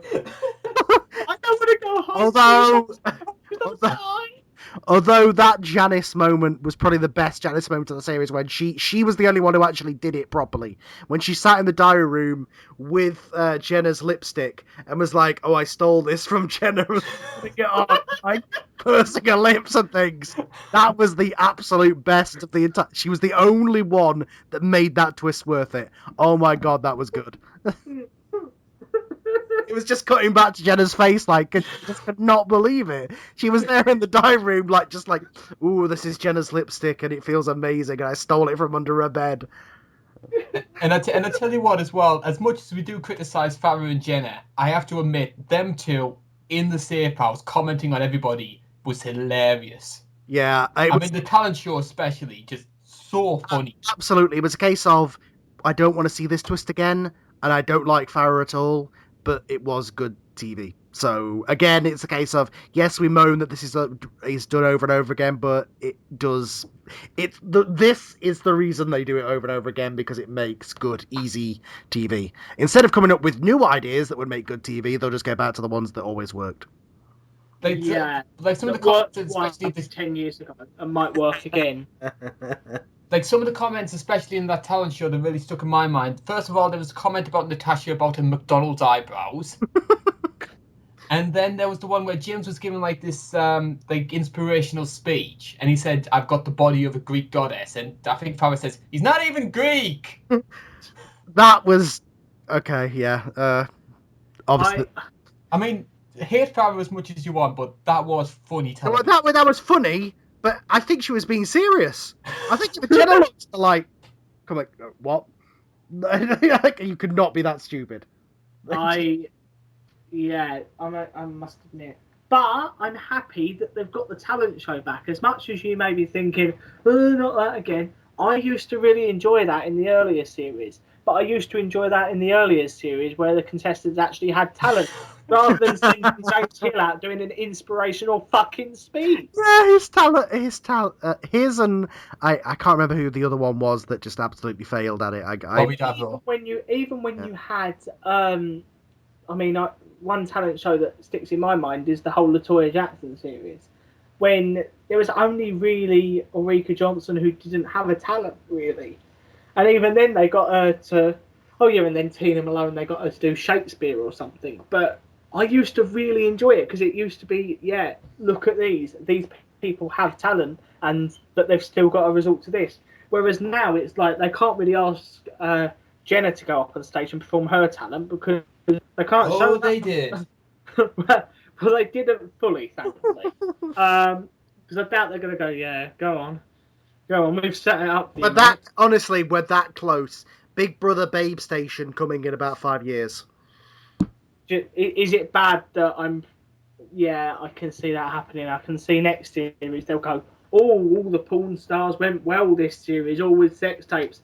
Let's get a whole bloody cast of them. Let's have porn stars versus Christians. And it'll be on at 2 a.m. and you'll be able to vote in and decide which items of clothing get taken off.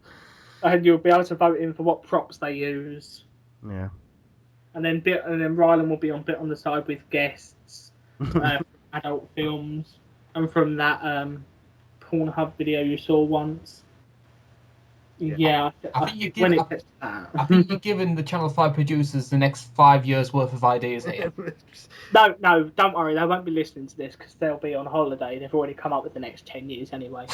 Board meeting, they had that 3 hours a few years ago. Do you think maybe the producers just work on other shows and this is the just do what we do? You know what, I honestly wouldn't. I mean, I know a few people that have worked on Big Brother. They haven't told me much because I'm sure it's quite confidential, but I can't imagine the production team having much to talk about. The only people who seem to work hard are the people who work the cameras and the editors. The cameras and the editors are the only people who seem to be doing it. And most of the time, the press team. Yeah.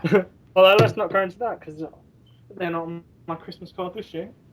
I don't know if I spoke to you about it, but if not, I'll speak to you about it later. Okay. I'm not saying nothing here. I'm already in their bad books. So, of course, after the twist, Farah and Jenna returned from the safe house to, let's be honest, little to no fanfare whatsoever. So, fantastic. Well done, Channel 5, for yet another twist which fell flat on its face. And we end up with a nomination set of Gail, Janice, Scoop, and Clovey. And it's a double eviction. 2 of them are going to go this week. Now, the person who gets the least votes is quite surprising in that it's Scoop. What did you make of this? I don't think it's surprising. I at this point, it was sort of Gail was providing something still. Clovey, you've got their relationship. Janice, you can't get rid of Janice in week 2 or week 3 or whatever. So it was sort of Scoop's really got to go. As much as, he was a nice enough guy, in that set of nominations, and if it's a double elimination, you can't lose one of Clovey or Janice, really. There was no better option, really. Him and Gail were the only 2 that could really go, so... I mean, Scoop was a decent guy, though. You can't. Yeah, I thought he was very entertaining. I enjoyed him a lot on this show. Yeah. It's just a shame, unfortunately, that he wasn't in a different series, because it seems like we say that sentence a lot these days. There's some characters who are genuinely entertaining on a different level to arguments and bitchiness, but they always get overshadowed by the arguments and bitchiness, and you go, wow, that was a shame. That could have been fun. But that set of nominations, you couldn't lose anyone else. You could not lose, as I said, you couldn't lose Janice or Clovey, really. Do you know what Scoop Sorry.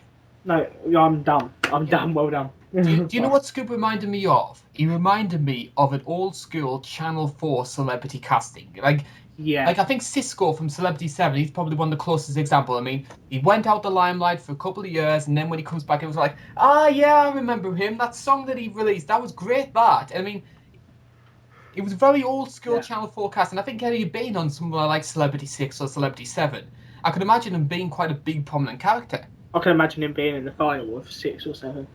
Yeah.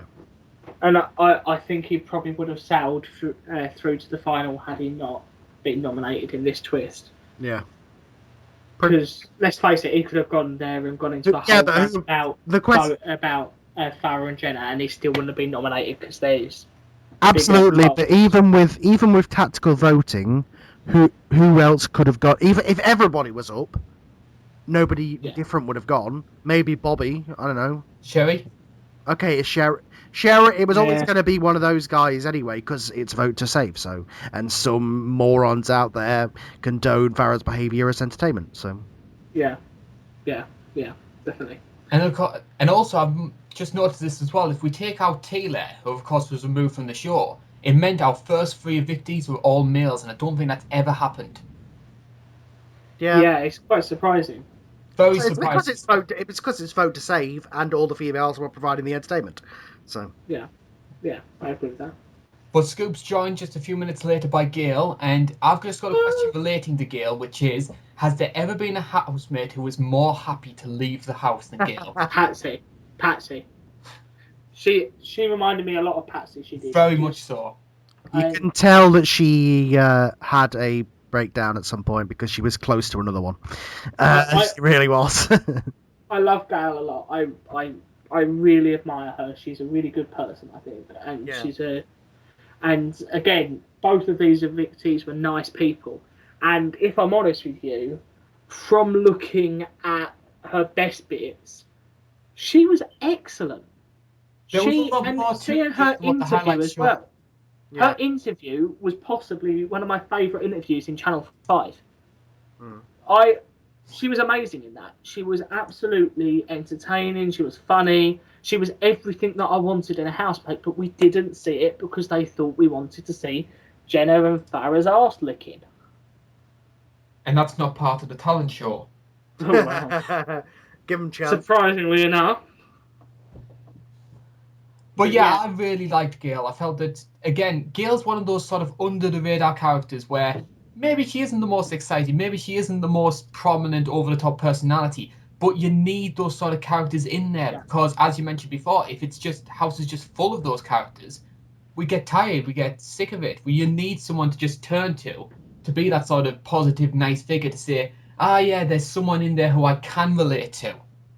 You see, personally, I think, although a lot of people adore that series, for me, Celebrity Big Brother 13, for me, was... I struggled with it because there wasn't enough likeable people in there. You had Louisa, and even she had flaws. Then you had Ollie and Sam who were providing nothing. There wasn't any likeable people in there who were providing entertainment. Whereas Liz Jones. But Liz Jones, but let's face it, Liz Jones was never going to last in there. And for me, there was no one to root for in that series other than really Louisa. But this series, yeah, you need the Gales, you need the Clovies, you need people who are providing entertainment but still providing other stuff. Nice enough people. Definitely. So we move on to week 4 then, and we come to our next nomination twist, which is something a little bit novel for the show, and depending on which side of the spectrum we're on, proved to be either a blessing or a curse, depending on which way you look at it. The idea was that all 9 of the nominees would end up facing the public vote, with the 4 people with the most votes ending up being immune for that week. And then those 4 people who are immune would then choose from the 5 remaining over which one they want to save.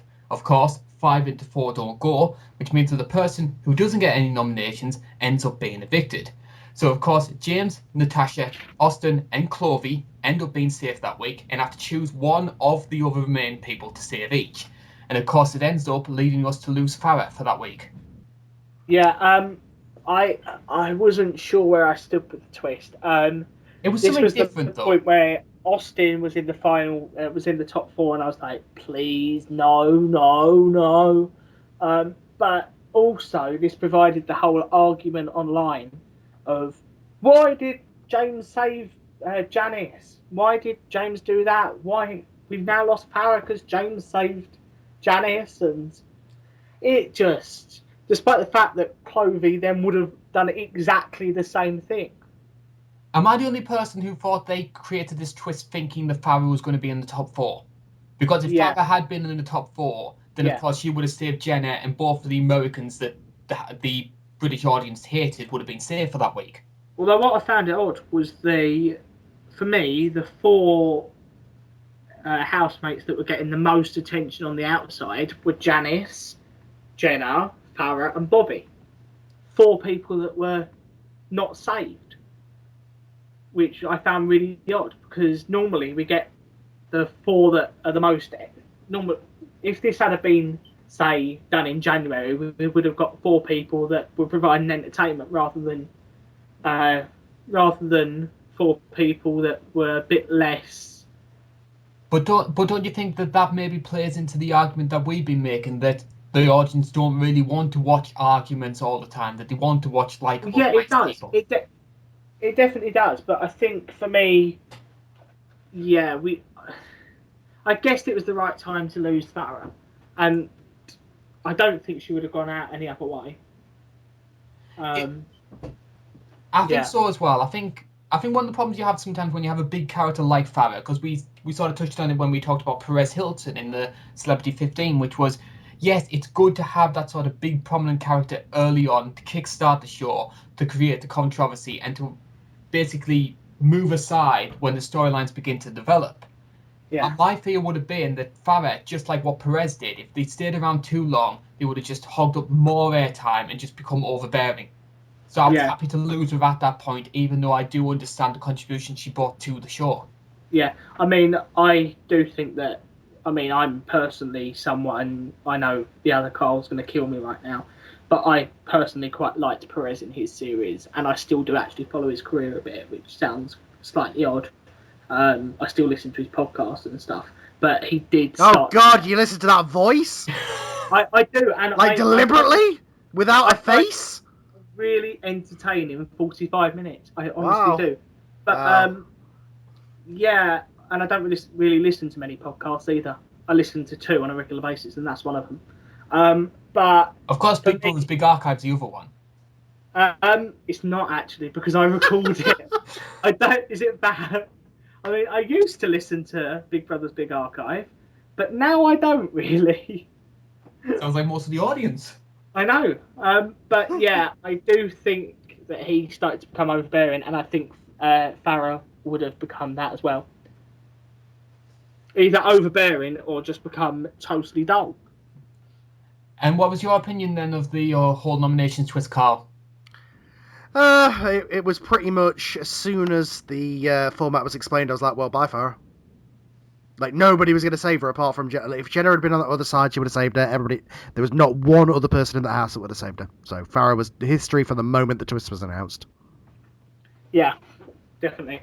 Although I was sort of a bit worried that it would have spelled the end of Janice. If we lost Janice through this twist, it would have just been a travesty. It would have been the worst twist in Big Brother history. Well, not the worst, but it would have. It was just been prolonged. It was just prolonged obviousness. It was like, okay, obviously this person's going to save this, but the only surprise was the James save, which was like that, along with his comment the other night to Austin when he said, "Oh, you don't really know me." That was the bit of like, okay, now we're starting to see that maybe this Mr. Nice Guy thing might be an act. And of course, that was something that Mitchell mentioned before that all the forums really went up in arms about, which was that people just thought, yeah, maybe it is an act, maybe James is duplicitous, and there was a lot of people who really jumped on this, made it all hyperbolic, and basically said, James is this evil, nasty gameplay, the mask's slipping now, James, you've lost the show for yourself. In typical forum style, it has to be said. I don't think he was some evil, nasty person, but I do think that he was playing a little tactically, which even he admitted when he came out, so... No.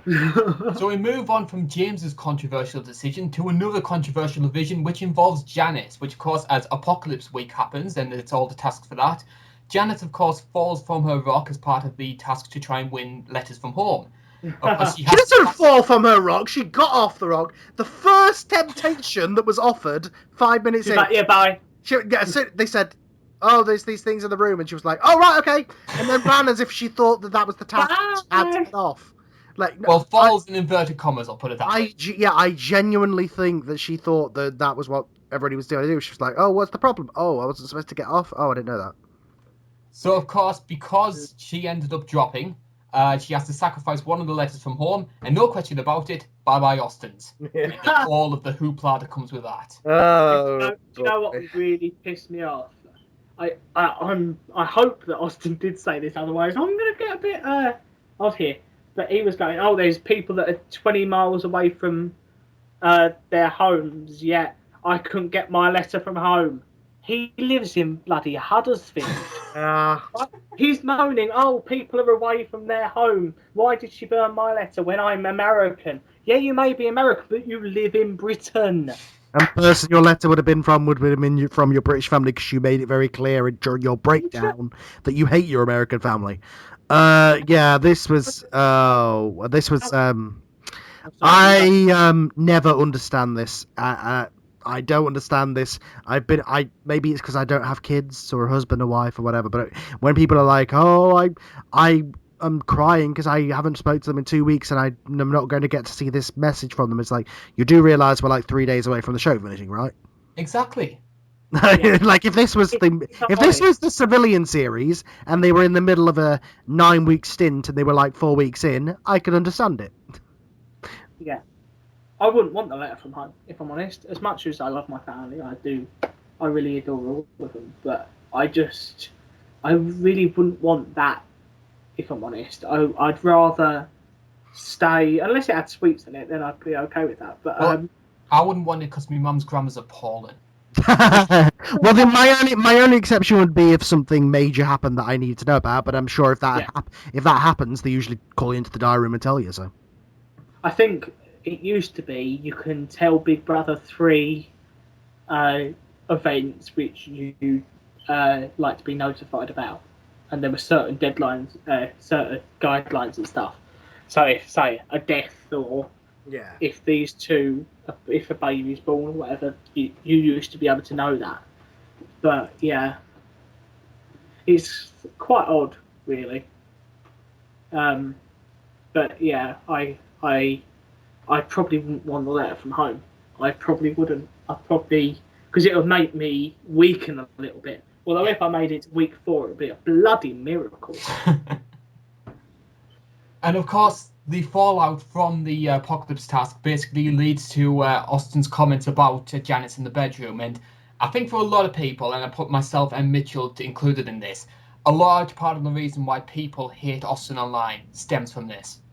Yeah. This is some of the most disgusting, vile things that have been said on the celebrity version of the show. At this point, I absolutely hated the man. That how vile he was being, using the C word, moaning about her children. At this point, he was just such a nasty human being. And to a 60-year-old woman as well. I mean, Janice Dickinson isn't like normal 60-year-old women, thankfully, Yeah. but you still don't say that. Yeah, if you were in the middle of a street and a young guy was yelling at a grandmother, if she looked like an actual, if she had grey hair and she looked like an actual grandmother, and you saw some guy shouting this old woman in the street, someone would go up and punch him. yeah. And if I'm completely honest with you, I just, I think that for me, this was the point where I realised he's really not a nice person. But a lot of other people didn't, which frustrated me. It frustrated me as well, and I was always left with this feeling as well that it just really annoyed me. There were people coming out on the internet forums saying, "Oh, Austin's so misunderstood. Oh, I feel so sorry for him. I sympathise with the way he's behaved. He must have so many problems." If Austin was a woman, he would be despised. And also, I think that a lot of the people going on about, oh, Austin is a nice person and all that, were the people that were moaning about how vile Perez was. I noticed that as well. And for me, I didn't think. I'm starting to wonder whether these people are for real or if they've just suddenly see an attractive person and go, yes, let's protect them at any cost. Yeah, I think there's some part of that, but and also I think they liked the bromance kind of gay relationship thing. It was the same sort of situation as Big Brother 10 with what's his face, Charlie, same kind of thing. But I think for me, I do think there was times where I did think he was justified in what he was saying, but not how he was saying it a lot of times. I do think there was some times where I liked him as a person. I did think he could be a nice guy, but then as soon as we got into the Janice things, that's when I started hating him. It wasn't a case where you hated him right from the bat. I liked him for a good part of the series, but this, along with the other Janet arguments, but especially this one, was the moment where it's like, well, you're just a prick, aren't you? He just came off as a bully, and a bully to a pensioner, which is just bizarre behaviour. And then psychologically, just if I was just looking at this as studying a person, when he broke down the diary room and just came out, and it was just fascinating to watch this person break down. Like, I don't think he's as bad as Farah, simply because he didn't do it anywhere near as often. And not to the every single person in the house other than two. So I don't think he's as bad as her, but I do think that he does have a nice side, but I think he has a lot of issues, and he showed that, and he has to deal with those issues and not take it out on other people, and hopefully he can sort himself out with that. And yes, he was a vile person to Janice. Great. I think that's only really you can say about Austin, because really I don't think any of us really want to talk about him much more, to be honest. Don't want to give the twat any more. Which I think it's the reason James won, to be honest, because it was a case of Austin was the guy of that team that was speaking up. James had his occasional little moments where he argued back, but he didn't go at it like Austin did.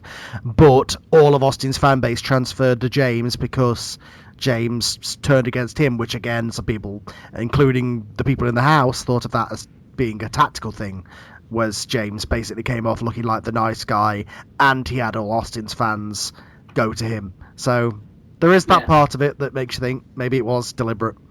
But also the quote of the series: "You don't have to shout." When Natasha was good, she was really good, but it's a shame we didn't see more of her when she was not doing that. Natasha basically got herself third place on the back of two moments, really. It was arguing with Jenna about the wine, and it was arguing with Austin when he was being a prick. Yeah. I think but people like it. People like it when people have the balls to say something. Yes.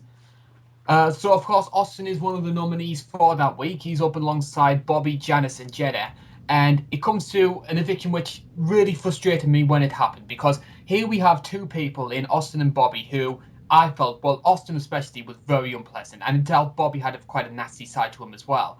And yet, despite all that, we end up losing Janice and Jenna that week. And I mean, Jenna was always going to go. That was going to be everything. Yeah. But to lose Janice over Bobby Davro, really? I'm not going to moan about Bobby going through because I like Bobby. I'm going to moan about Austin making it through despite the fact that he was an absolute vile human being just the episode beforehand.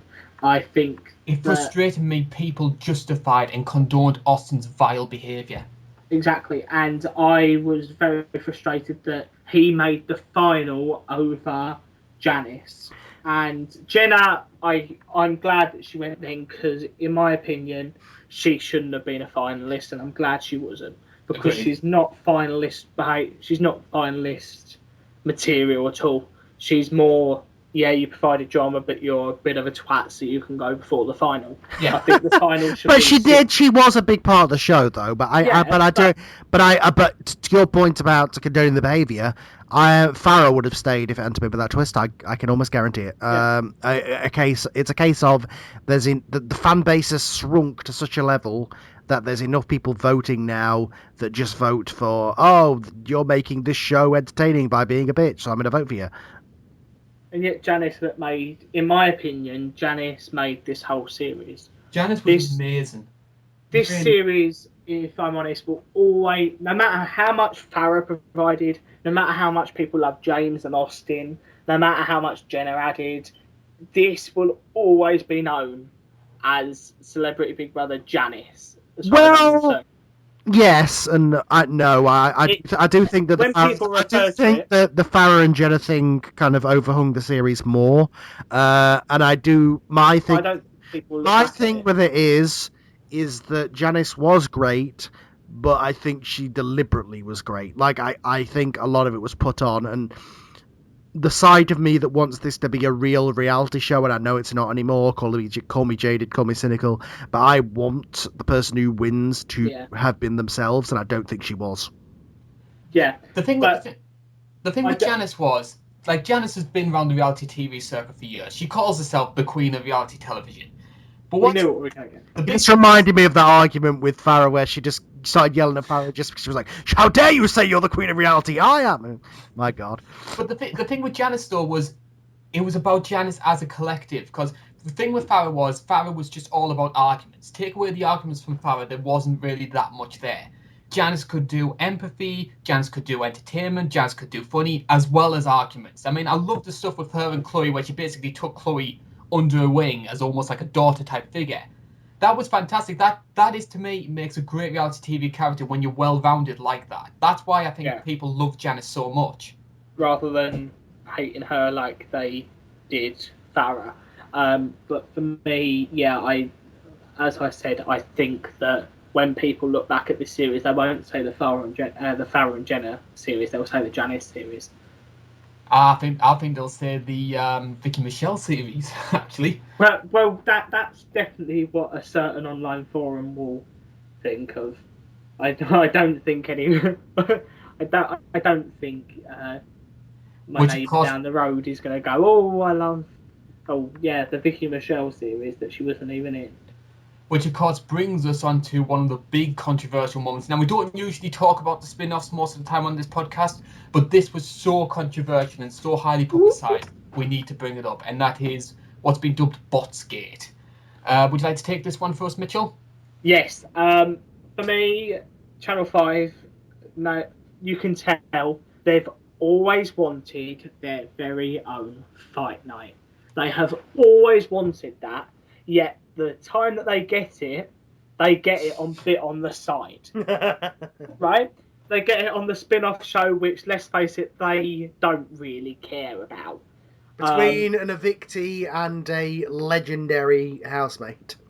Between an evictee, a legendary housemate, and someone who was in a comedy 20 years ago and hasn't done much since. I love Vicki. I'm a fan of hers. I think that she's a fantastic character on the internet, and I really do like her. But yeah, and I felt so sorry that she was injured. Can I go in? am I gonna state what happened, or is it? I think so. Yeah. Yeah, I wasn't sure what to say. So basically, what has said to have happened in the press is that Aisling Horgan-Wallace from Big Brother 7, and she came back for Time Bomb. She threw a glass of champagne over Farah. So then Farah threw her glass back at Aisling, but actually threw the glass. And then that hit Vicki and Michelle, who ended up in hospital after being glassed. And then you had, apparently, Janice picked up her chair to try and block Farah from Vicki, and this whole huge thing happened. Vicki Michelle was rushed to hospital. Then a few days later, we got the whole Farah in a wheelchair, which was the most Farah in a wheelchair, and conveniently, paparazzi at the hospital. Wonder why. I wonder who was tipped off about that. Yeah. As a whole. For me, this entire incident really sums up a lot of the big problems of all of those people who were involved in the confrontation. Because one of the things that people have overlooked was that Aisling had spoken very negatively about Farah all the time on Twitter. And she said, if I'm on the side with her, I'm going to do something. Yeah. And so, of course, Channel 5 obviously see that. They read the tweets. Aisling's invited on just in time for Farah's eviction. Very cynical there. Yeah. But just also, after Farah's eviction, she was on a few days after. She was on the Janice and Jenna one, where it was quite obvious that Farah was going to be on the show. Obviously. But I think it really shows up a lot of the negative traits. I mean, don't get me wrong, I love Aisling and I thought she was fantastic in Big Brother 7. But I do think there is this over-the-top, spoiled diva character that sometimes comes out. Especially we saw that at times when she came back for Time Bomb. So that came out, and that was one of the factors which played its part in the arguments. But also, Farah's complete inability to handle criticism. That also reared its ugly head. It was, as you mentioned before, they always wanted a fight night. They always wanted a confrontation. And whilst I do hold Aisling and Farah both responsible for what happened, I also hold the producers responsible for encouraging this situation to take place. Yeah. Although I know encouraged it, but I do think there's a bit of hypocrisy going on with the show, where every single task, every single nomination is designed to cause fights, but then as soon as it becomes physical, they're like, "Oh no, you're the one in the wrong. You're kicked out." Like you stirred the pot, you lit the fire, and then cried wolf when the house burnt down. Yeah, I can totally agree with that point, and I think you've put it brilliantly. I think they're the sort of person that will just go, yeah, let's go and have a fight, and then run away and go, oh, but they're having a fight. I didn't want them to have a fight. Yeah. What was they doing that for? Although I do know that, well, I don't know, but I don't think Channel 5 expected it to go to the lengths that it did. Oh God, no. But they are still responsible. Some of their manipulations, some of their things that they did in the house cause things. I don't think anything they did cause this situation, other than booking Farah on the show and booking Aisling on the show. They wanted an argument. They basically wanted what happened with Nicola. They basically wanted that to happen again, but that to be the whole show of the panel basically having an argument. They didn't want a fight. They didn't want a physical fight.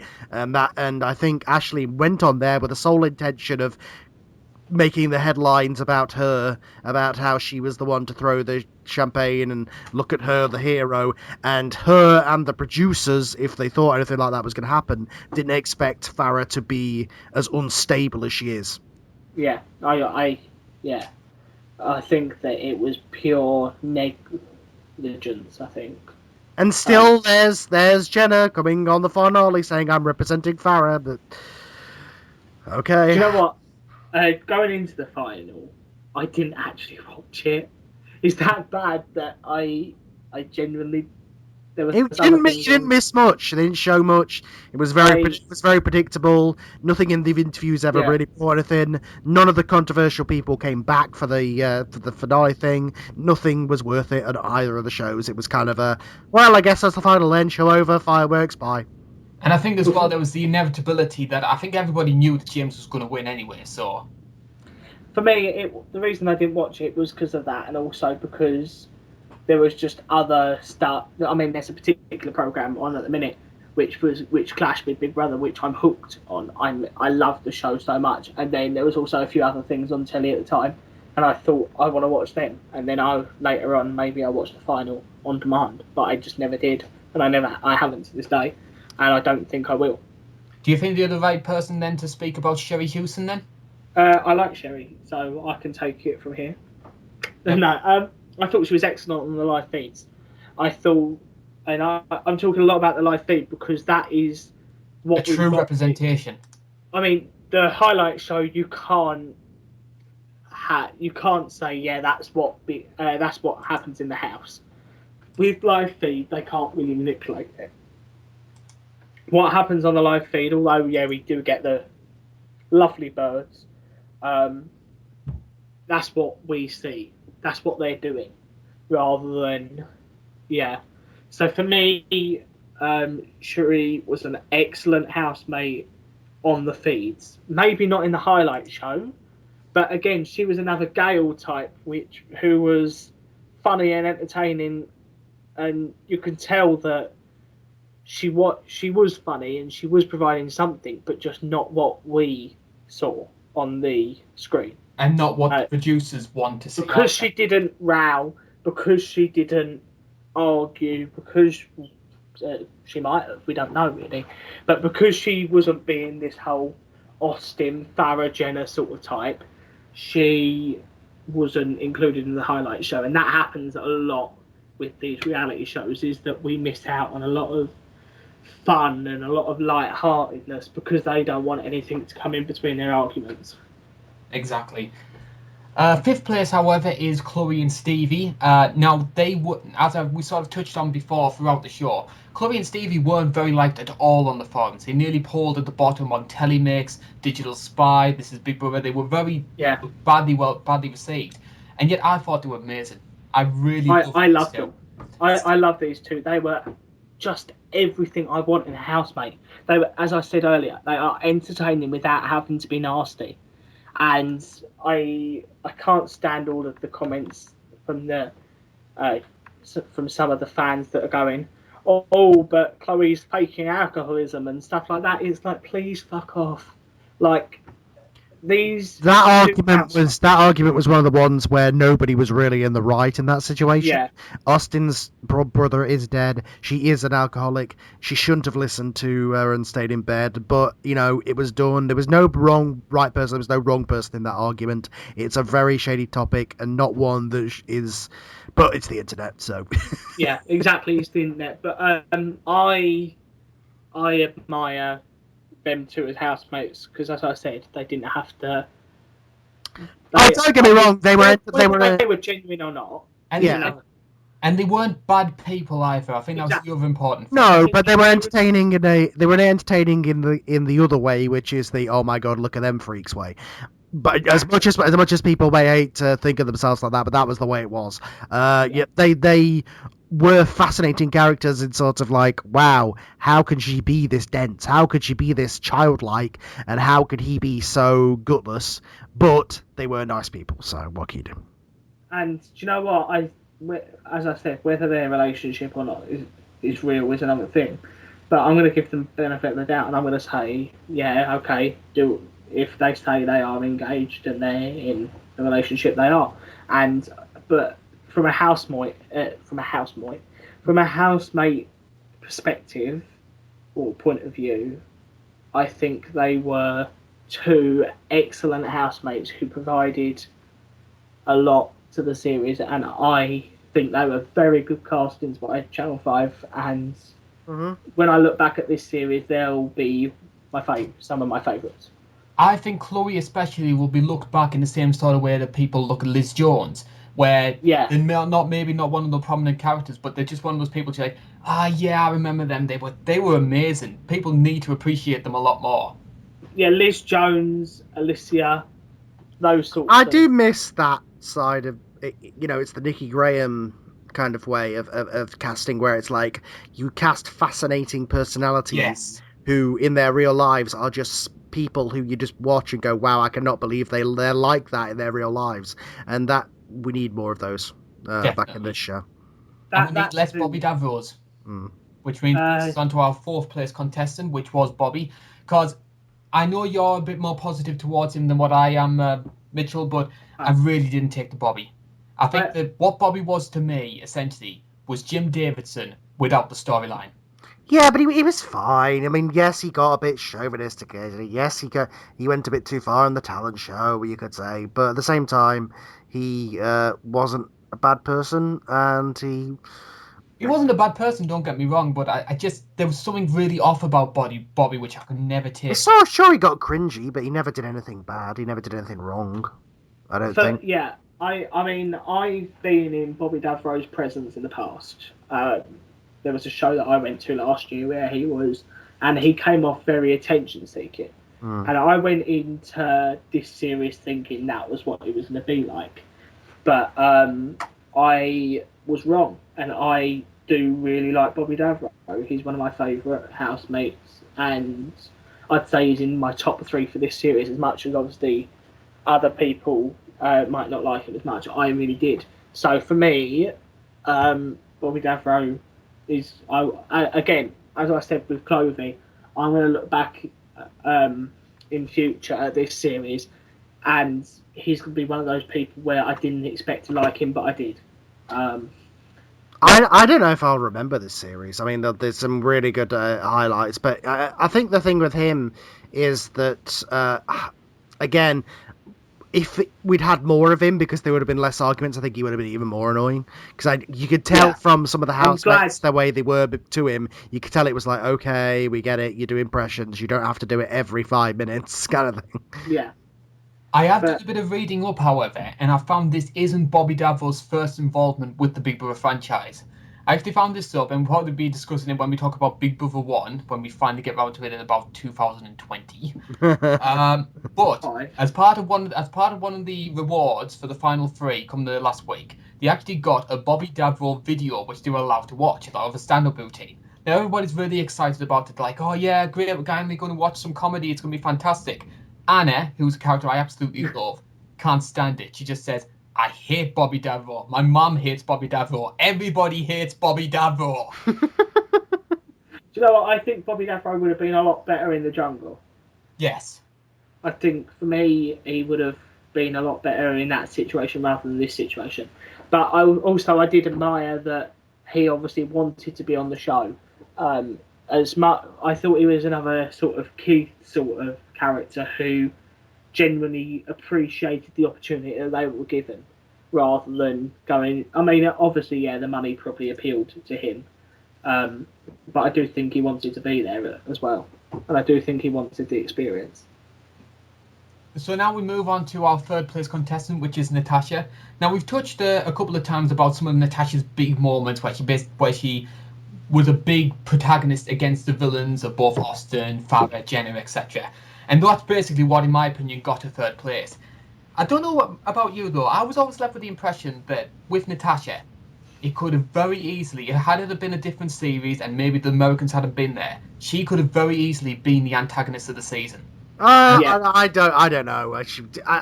She was a nice enough girl who occasionally got riled up because people were being knobheads. That's a good thing to say. I mean, to use another example, there's like Ashley Coyle, for example. I think she maybe had like this sarky, dare I say, nasty side to her, but because she was opposing the right people, we ignored it. Yeah, but I don't think there was anything in her personality that people would have disliked. Honestly, I mean, sure, that mob would dislike you if you flick your nail the wrong direction, but I don't know. I didn't see anything that I didn't like about her. Although one of my highlights was, although obviously this might not, you saw some of it, you didn't see the rest. When I was at launch night and when her VT came up, the whole audience went into the chorus of Whole Again. And then when Natasha came out, we did exactly the same again. That's the most... And it was just such a nice atmosphere. It was like, yeah, we're in a chubby crowd and we're waving flags at cheerleaders, but we've just sung Whole Again to Natasha Hamilton from Atomic Kitten. And I like Natasha, and I really did like Natasha that series. And she would have been a lot better in the final two than the next two. And we come to that final two, which, quite ironically enough, I don't think anybody ever really touched on this though, but for the UK versus USA theme, we actually had a Brit and an American in the final two, and it was Austin versus James. And thankfully, sanity is restored. James ends up winning the series. Yeah. Right, let's skip Austin because he doesn't exist and we've talked enough about him. James. Do you know what James is to me? If you were to write down every single sort of trope you would associate with a Big Brother winner, it would pretty much fit James to a T. I mean, he's likable, he's an alpha male without being too prominent, he was involved with the major storylines of the show without being too overbearing, he was good looking. Just pretty much everything about James was designed to win this show. I think he had it on lock pretty much since around day 5 when his prominence in the show was justified. I must admit, I would have preferred 3 other winners to him in final night. He didn't provide. Well, he provided. He wasn't. Yeah, as you said, he fit the glove. The glove fit his hand, and I do think, he was made to win this show. And I did say it on one of the first. I think during the first week, it was obvious he was going to win it. But for me, I was a bit underwhelmed by him winning. But I think if he had been a female, and had he not obviously had the 6-pack and was all right looking, I don't think he would have made the final or anywhere near it. The thing was, though, of the realistic contenders, there wasn't really anyone else who you could have really said would have realistically been a better winner. I mean, Farah, Jenna, Janice aren't going to win this show. Yeah. Austin would be absolutely Helen levels of appalling. So really, James was left to win by default. I would have preferred a Natasha win.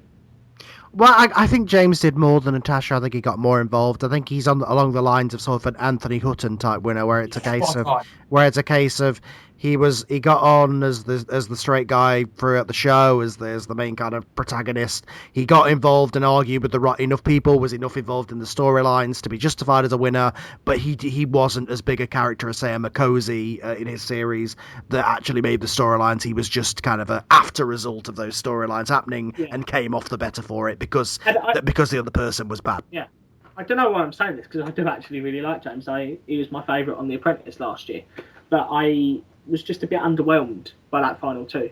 Yeah, it was a perfect narrative for the show. It was a perfect thing for the producers to go, oh wow, this is a storybook finish. So that was cool. And I think that my reaction when I heard that he won was like, huh, okay, cool. Whatever. Makes sense. Yeah, exactly. Nobody was rewarded for being a cunt. I can't help but think I would have preferred a Farah win to an Austin win. So, oh well. Oh wow, wow. Every silver lining. Really? Okay. Had it been a Farah win, the forums would have imploded. It just would have been some of the funniest things you would have read. Yes, but to me, Farah is worse than Helen. Yeah, but I just hated Austin. I know you hated Austin. But Austin was not worse than Farah in any stretch of the imagination. Austin was a dick to one person. Farah was a dick to 10. The difference was between Farah and Helen is that yes, both said some really awful things that I cannot justify at all. The difference was, though, Helen had a really manipulative side where she would pick out, ostracize, and isolate people. Yes, almost like playground bullies manner. Yes, but I think a lot of Helen's hate comes from production protecting her. I think a lot of Helen's hate comes from it's kind of like we've got a whole show without a wrestling reference, folks. It goes back to the John Cena hate kind of thing with Helen, I think, as well. I think that some of that happens with her, where they can see that she's the one that they want to win, so they hate her because of it, and that added to her hate. Whereas I think Farah was far worse of a person, but at least she was honest about it. Do you know what I mean? So it was kind of like, yeah, you're a bitch. Bye. The difference was, though, in my opinion, though, was that Helen had the power and the influence, as well as the nastiness. Farah was just a loudmouth who had Jenna and no one else. No one could take what Farah said seriously because there was no power. Okay, yeah, but I would say that you know, worse actions are worse. Worse comments are worse. There is nothing that Helen said that was on the level of some of the stuff that Farah said. Would you be more scared of the dictator that had the nuclear weapons or the dictator that was just screaming at people all the time? Well, no, I think the comparison would be more kind of. No, let's not go into. Let's not get political. Let's not go comparing it to them as dictators, but that's going a bit far. Let's not say which one of Putin we prefer. Yeah, we'll go a bit far if we go that point. But no, I just think she was back to the fat man. I think she was just straight. I think she was just straight up worse in every way. I think, and that just goes down to the, you know, it's not because she's American. It's because she's a bitch. So Celebrity 16 is a series. Let's get back on track. Woo! What did we think, lads? It has to be up there as one of the best ones for me. I'd put many series above it. I'd put 15, maybe 14. Sort of the fours, and controversial enough. Well, not really, but people don't really like the series, but I really liked Series 6. I thought it was just a nice series which still had a lot of entertainment. I would have put them above it, mainly due to the fact that it was at points it was just a bit too much, this series. But I liked it, and as I said, it is up there, but I would have put about 4 or 5 series above it. I haven't got it. I haven't got like a proper rank down in my head, but I've sort of like got it like a tier A, a tier B season. This is a tier A series. I mean, so I put it with 4, 9, 13, and 16 as a sort of higher echelons of the Celebrity Big Brother franchise. I think it's fantastic. I think nearly everybody in the show contributed. Yeah, there were a couple of duds, Daniel, Chris, to name but a few, but they went early. And I think that everybody else brought something to the show. Maybe it wasn't the most likable television that you could have, but you can't say it was boring. No, I'm not saying it's boring at all. I just thought at points it was just a bit too much. And Karl, where do you stand on it? Yeah, I mean, from the production side of things, it was annoying at some points, but I enjoyed it overall. I thought it was a fun show to watch. As much as I did hate Farah's and Jenna's and, in the end, Austin's the world, you need those villainous characters in there to make a good narrative, to make a good story, and that's what it did from beginning to end. To the fact that it became James and Austin in the final, everything worked out perfectly. The show, other than a couple of the controversial things that happened over and you know, people getting booted for silly reasons and stuff, it couldn't have gone better for them, really. I think it was exactly what they wanted, and it came out rather well. It was a fun.